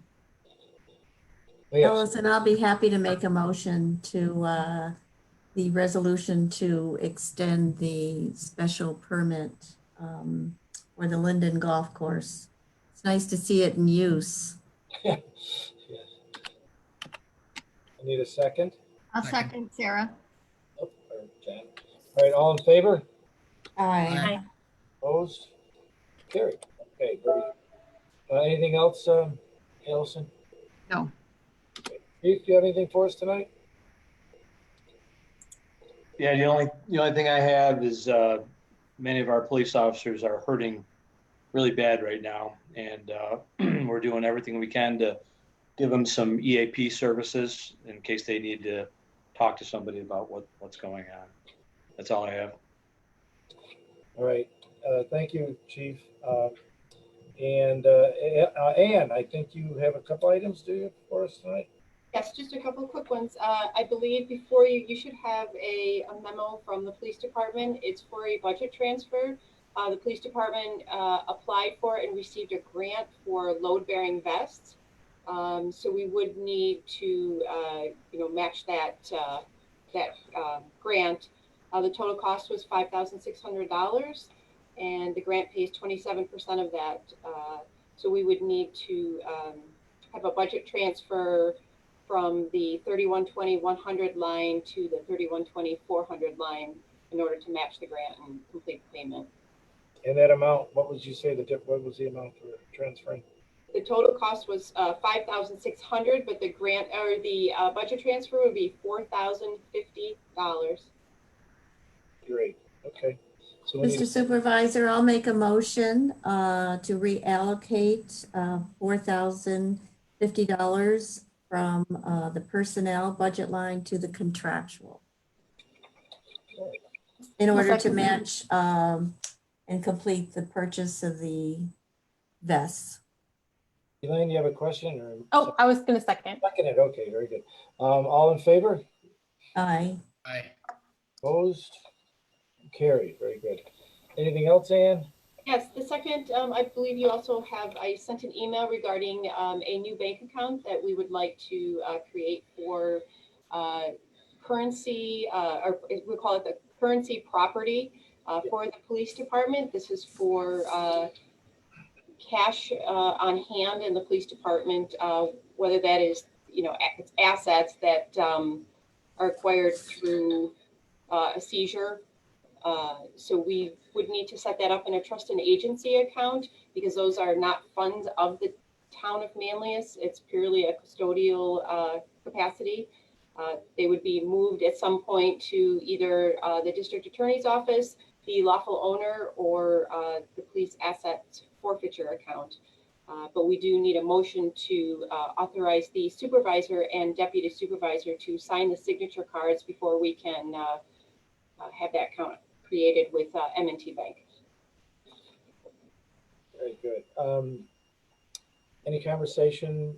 Sarah, you had something that you mentioned. Are we good with understanding? Go ahead. Yes. I just wanted to clarify the language in there where it mentions town treasurer. We will adjust that to town manager and or CPA for the town.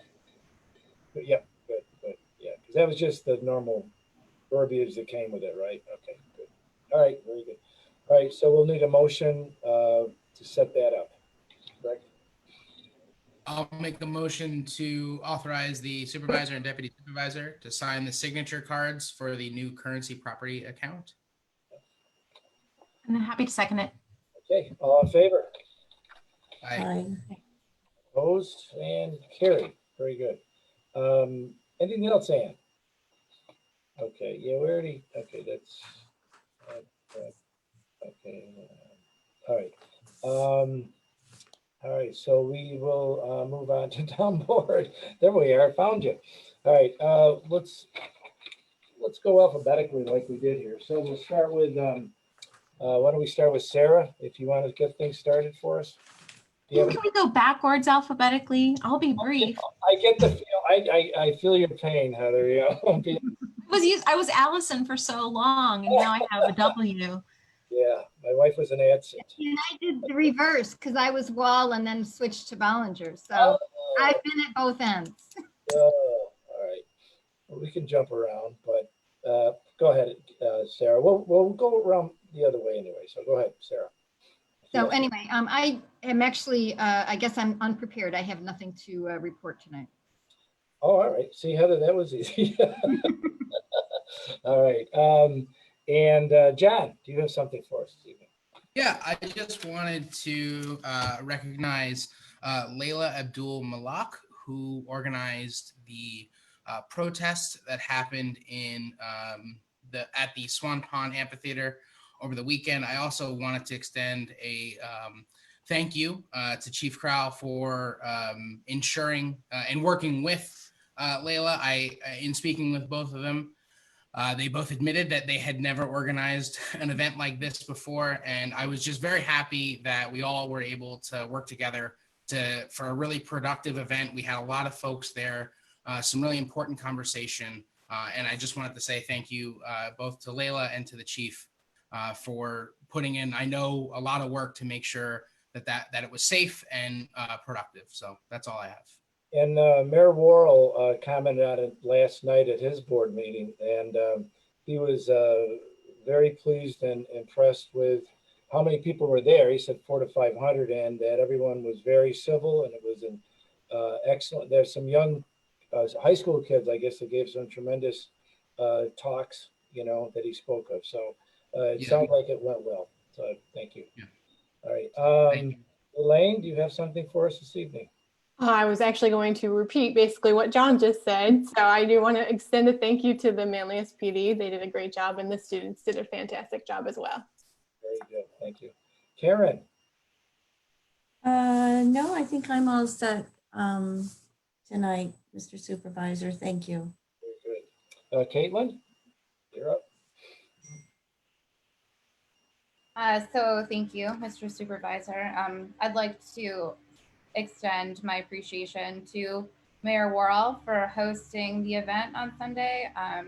He spoke at the beginning of the rally and stayed for the whole time to listen to what everyone had to say. And I really appreciated that he was willing to participate and to listen to all of the different viewpoints of the people that attended. I thought that it was a really profound event, and I was I felt very honored to be able to participate. And I'd also like to thank Chief Crowell for joining and for being there, and also for listening. I think it's an important conversation for all of us to be having with ourselves and with each other, and most importantly, with the members of our community who are hurting. And those are people of color, which do include my two daughters. My daughters are in fact Black. So they were present, and I think it made them feel more welcome to see so many people showing their appreciation for and respect for Black lives in our community. So thank you all that came and participated. I thought it was a great event. I also have a resolution that I'd like to put before my colleagues of the town board this evening. And if I may just take a moment to, instead of being just a town councilor,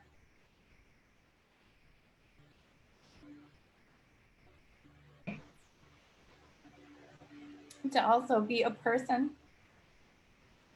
This is going to be difficult for me to read, but I am going to do my very best without crying, which I feel like I have failed at already. So I've already started. Okay, so if you'll bear with me, I would really appreciate that. I am proud to read this resolution, the Manlius Town Board resolution condemning the murder of Mr. George Floyd in Minneapolis, Minnesota. Whereas we, along with the entire country, were horrified to watch Minneapolis resident George Floyd arrested and subdued, suffocated to death under the knee of a Minneapolis police officer while he cried out for help. And whereas we are equally horrified by the knowledge that this was not an isolated incident in our country, and that Mr. Floyd joins a painfully long list of people of color who have been killed by police violence across our nation. And whereas residents of the town of Manlius and Central New York have been devastated by this unnecessary loss of life, and in their pain and grief have come together to engage in peaceful protests and to exercise their First Amendment rights to speak out against racism and violence everywhere. And whereas we recognize that the incidents described above do not represent the values of the Manlius Police Department, its officers, or leadership, but do sadly tarnish the image of law enforcement officers everywhere.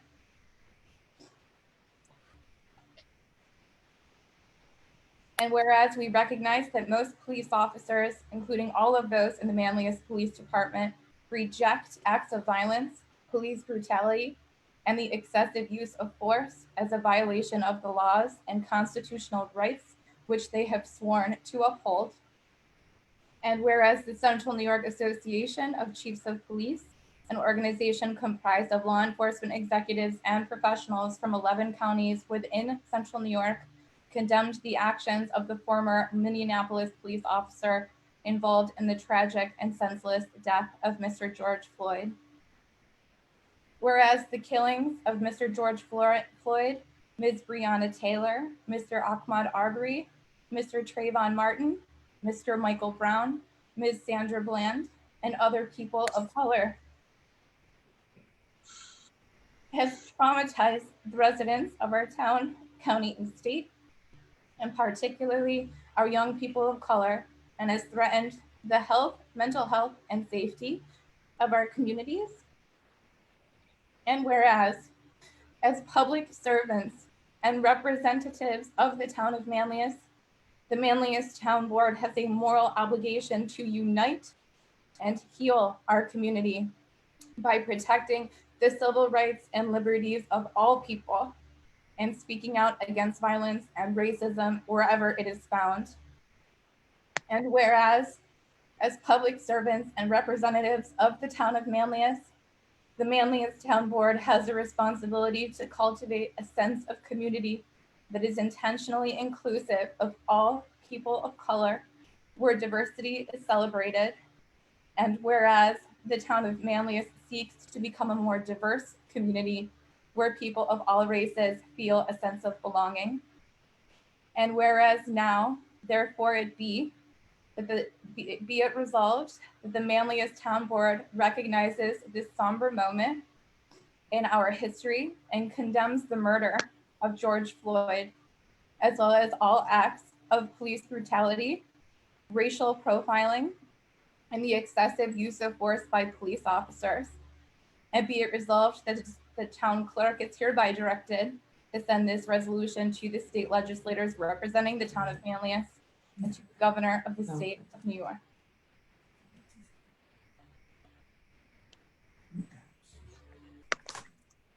Thank you for getting through that, Caitlin. I know that was not easy. I know that we've had discussions about this, and this is definitely something that needs to be recognized, not only in the town of Manlius, but in all of the United States of America. And it's good to see we're on the forefront of expressing our concerns for an individual who certainly did not deserve what had happened to him. With that, I don't have any questions or comments on this. I think it was well written. I know a couple of things I was thinking about, but you and I talked about them, and they're minor changes I was looking at that I don't think are necessary. And so I'm fine with this. And if anyone has any other discussions, we would have a motion to accept this resolution. I would like to make a motion to adopt the resolution to support Black Lives. I'll second the motion. All in favor? Aye. Aye. Opposed? And carried. Very good. Thank you. Nice job. Thank you, everybody. Mr. Anything else? Supervisor, I do actually remember what I was supposed to say earlier. Oh, okay, sir. Sure. I would like to just let people know that an event is being planned this coming Sunday, the 14th, called Facing Racism, that will be in Beard Park at 2 p.m. Details will be on Facebook. It's coming together very well, but it's not entirely finalized, but it will be finalized tomorrow. So Yeah, that's something you have to just work out with the village, right? As far yes, as- and Mayor Olson will be there and will say some words. Oh, okay, good. I do know that, thank you, Sarah, for bringing that up. I meant to do that, but I forgot. But I know that John, Sarah, Elaine, Heather, and I are all planning on attending, and we would very much love to have Supervisor and Karen. We would really like to have you there, and the rest of you. It's going to be a great opportunity for all of us to listen to members of our community and experts on this issue about how we can grow as individuals and as a community. And I think it would be really wonderful for some of the people that feel disenfranchised, that they could see all of us there showing support for them. So please, please join us. We would love to just have everyone come. Okay. All right, and you're not last, though, Caitlin. Heather is now. Actually, I'm last, so go ahead, Heather. What do you have? Well, I just want to say, Mr. Supervisor, too, our heart goes out to our own police department. I know they are taking all this personally. This is a very rough time. I have a lot of relatives in law enforcement, and it is really pulling at their heartstrings. And we in the town of Manlius have been so fortunate for so many years that, you know, our police force has the accreditation, we're constantly training. But we always look at things, at how we can be different. And I think the community is coming together. And I want to thank our town of Manlius Police Department for everything they do for all of us, the lives they have saved, and for being such great representatives of our town. Thank you, Karen, for mentioning that. That is so important. There are so many great officers that that carry out their roles with honor and with dignity and with respect for all human life. I do think that all of us have room to grow, and I think that our police department, while I would argue one of the most stellar in the community, that there's always room for improvement, and that there certainly have been problems in the past. And you'll hear that if you come on Sunday, that some of the people have felt that they weren't treated as fairly as perhaps they could have. So I think that the officers are good, and that we have at our core a very strong, good police department. I completely agree with you that there's always that willingness to hear other perspectives and to grow and learn. And so I look forward to working with our police department in doing that, and in growing and getting better as time goes on. Thank you. Right. Heather, you're up. Okay, I have two things. I have to ask a procedural question. I have the letter that Sharon Dodger wrote to us, and Sharon has been listening the entire meeting. And while I was going to include highlights from her note that she sent as a constituent of the town, I wanted to ask to give permission for her to speak herself. And we could give it a time limit if that would be acceptable. And then the second thing is just to raise and give a preview of a resolution that will be presented at the next. It will be on the next agenda, I hope, or make a motion to have it added to the next agenda. Oh, I don't think we have to have a motion for that, but that we could just to give a preview to the community. Well, are you referencing her email to all of us? Yes. Okay. I would like you to read that, and then I think that would be just as good. I mean, I know I talked to the chief about this, and you know, and he's explained some of the questions about the military grade gear and so on that's passed down from the military, and he could certainly address that. But I would, nothing against Sharon, of course, but it would be just as easy if you could, Heather, and then it would be in the minutes anyway.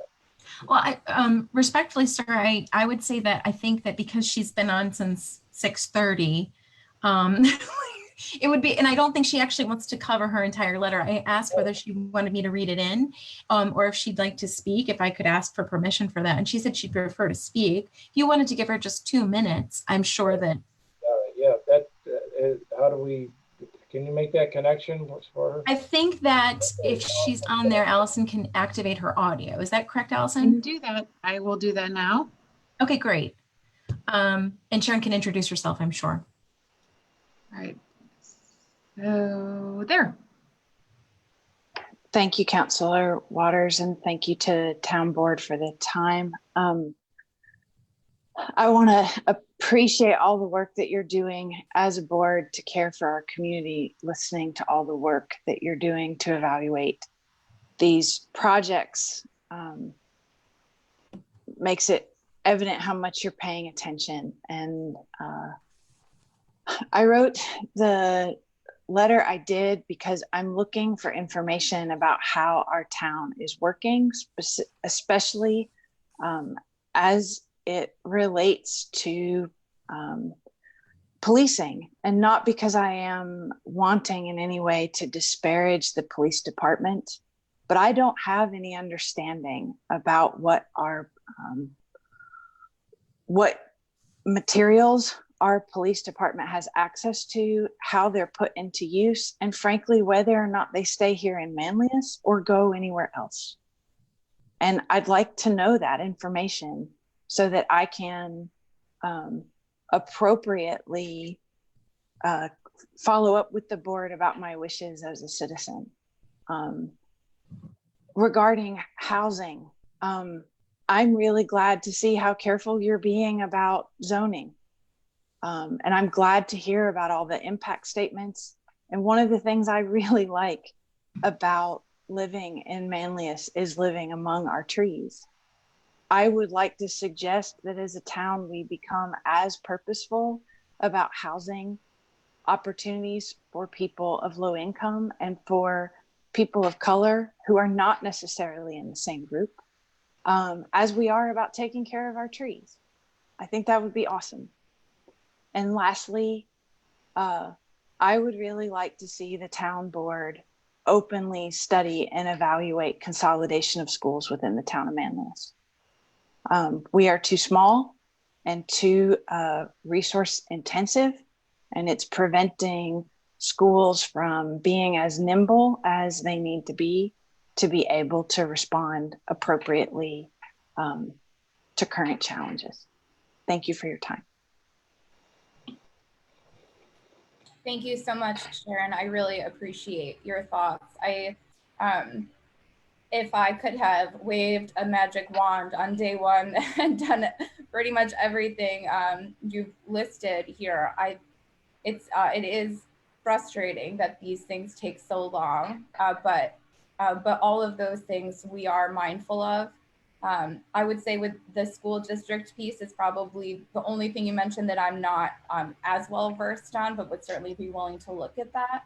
But as we undergo our comprehensive planning process, one of my top priorities, and I think I could say the same for some of my colleagues, will be to evaluate how we can be more inclusive in our housing, both for low to moderate income individuals, as well as the communities of color, as there is a great lack of diversity in our community. So those things can be done intentionally with local policy, and we will be hearing from some of the experts on that on Sunday. So hopefully you're able to come and hear what they have to say, because we'll be learning together. I think all of us, I can speak for myself, I'll be learning from them. But these are all things that we will be evaluating soon, and certainly within the next 18 months as we undergo the start of the comprehensive planning process. Thank you so much for coming and for sharing your thoughts. Thank you so much. And thank you so much, Sharon. I really appreciate both your letter and also the time you gave us tonight, and for staying with us the whole meeting. That was, thank you. I mean, it takes a certain kind of stamina. I also want to, my final thing, just because we're just really doing big idea things here, I would like to introduce a resolution that will be coming, or give you the heads up that we've got a resolution that we're drafting to recognize Pride Month in the town of Manlius. And here's my quick intro to you. LGBTQIA people have always lived in the suburbs, but discrimination often meant that most openly gay men and lesbians in the 1940s and the 1950s had few options other than to live in older cities. The US government helped to define the suburbs after World War II. Officials at the Federal Housing and Veterans Administrations pushed banks to give mortgages to married men with children and forbade them to lend to Americans they perceived as representative of sexual deviance. And the 1944 GI Bill was the first law in US history to specifically exclude gay people from federal benefits, including mortgage assistance. In the 2 decades after World War II, urban centers in the US attracted sizable LGBTQ communities, and this divide between city and suburbs started to break down in the 70s and 80s. Government officials also prohibited discrimination in lending to unmarried people. In 1970, the number of Americans living in suburbs exceeded the number in central cities for the first time. Openly gay and transgender residents were a part of this new suburban diversity. The town of Manlius has not publicly addressed these facts within its own history, and I hope we can aim to do so with the discussion and hopefully adoption of the resolution. And along with the resolution, and as part of it, we would be seeking to recognize June as Pride Month and raise the Philadelphia Pride flag, or the Progress flag, Pride flag. You have options, but the Philadelphia Pride flag is the rainbow flag that has both brown and black stripes. It's more inclusive, and especially considering everything we've discussed tonight, the fitting symbol for Pride that the town would represent, and to raise the flag in June and to lower it in the beginning of June and to lower it at the end of June. So to fly it when we can for the days that still might be in June 2020, but to resolve to go forward and have that action in June. So thank you for letting me give a preview, and I appreciate it, especially after a long meeting. Thank you, Heather. You're working on that resolution, you said, right? Yes, I sent a draft to Tim, so we need to get it. I'm happy to circulate it around further because I think feedback's important. Also reached out to members of our community, of course, our constituents, and to CNY Pride, SAGE, a lot of the organizations where members of our community are active. Okay. Thank you so much for that, Heather. That was beautifully read, and I appreciate so much the sentiment. I look forward to voting on your resolution at the next meeting. Okay, that's it. You're all done, Heather? You good? All good. Thank you. I think there's a couple anniversaries tonight. Happy anniversary, Sarah and Supervisor. They're not married to each other. Sarah, we talked about best wishes. Right? Thank you, Karen. Yes, thank you. Congratulations. We're going to go to dinner when phase 3 opens. Or the tent under Carrabba's, I'm not sure. So, thank you very much. I really only have one thing tonight that I wanted to bring up that the Village of Manlius brought up at their board meeting. So I wanted you to all be made aware of this. As you know, there's been renovation that's going on over in the village hall, which of course amasses the town police department. It's going to be a 3-month process of which, and I know Mike has shared this, Chief has shared this numerous times over the years or so, that he will need a trailer for he and his officers and command staff. And we put the cost together for this, and we shared it with the village of Manlius. Originally, when we first looked at these numbers, we were looking at around a little over $67,000 for that alone. And in the meantime, we had some stressed conversations, I guess you could say, with the village, and how this was going to be paid for and who's responsible and so on and so forth. I went back in and I reworked some of the numbers on the contract, removed some things after talking with Mike and the vendor providing this trailer and so on, and all the services come along with it. I managed to get it down to about a little over $46,000. And the village had already agreed that they would cover 3 months lease over this period of time. And I proposed to them that if they could make it 4 months, that the difference, which was around, I think it was, let me see, it was about 13,000, I think it was, that we would split the cost with them. And we also had a cost of electrical wiring that had to be repaired and replaced and moved up in the ceilings in the Garum group, which we discussed. That was about a $17,000 price for that. We reviewed the lease with them. We talked about, some of this is repair, some of it isn't. This has gone on for years before my time and Paul's time and the chief's time and most of us. How that got that way, we're not sure, but we came to an agreement that we would also split the cost of that. And then there were some final things with some tile that needed replacing. All in all, they agreed to this proposal of picking up another month's lease and splitting the costs. And this is going to be on our share now about $20,000, maybe a little more than that is what we brought it down to. Of which we will be working on the budget process with the department heads in the coming weeks to locate the funds to help cover that. But I just want to say that they were very cooperative. We really worked hard on this, and we are a team together, the two villages and us, and we try to work together the best we can. And this is a perfect example of that type of work that we are capable of doing. So I just wanted everyone to know that it's been quite the process, and the chief has ordered the trailer, I think, right, Mike? It's just a matter of them getting back to you, I think. So we're getting there, but it's going to be difficult, but they will get it done. So I just wanted to share that with everyone, and really that is all I have for you tonight, except for maybe a motion to adjourn. I'll make a motion to adjourn. I'll second. All in favor? Aye. Aye. Opposed? Carried. Very good. And not bad. Not quite a record, but better, right? Thank you everyone, and have a good evening.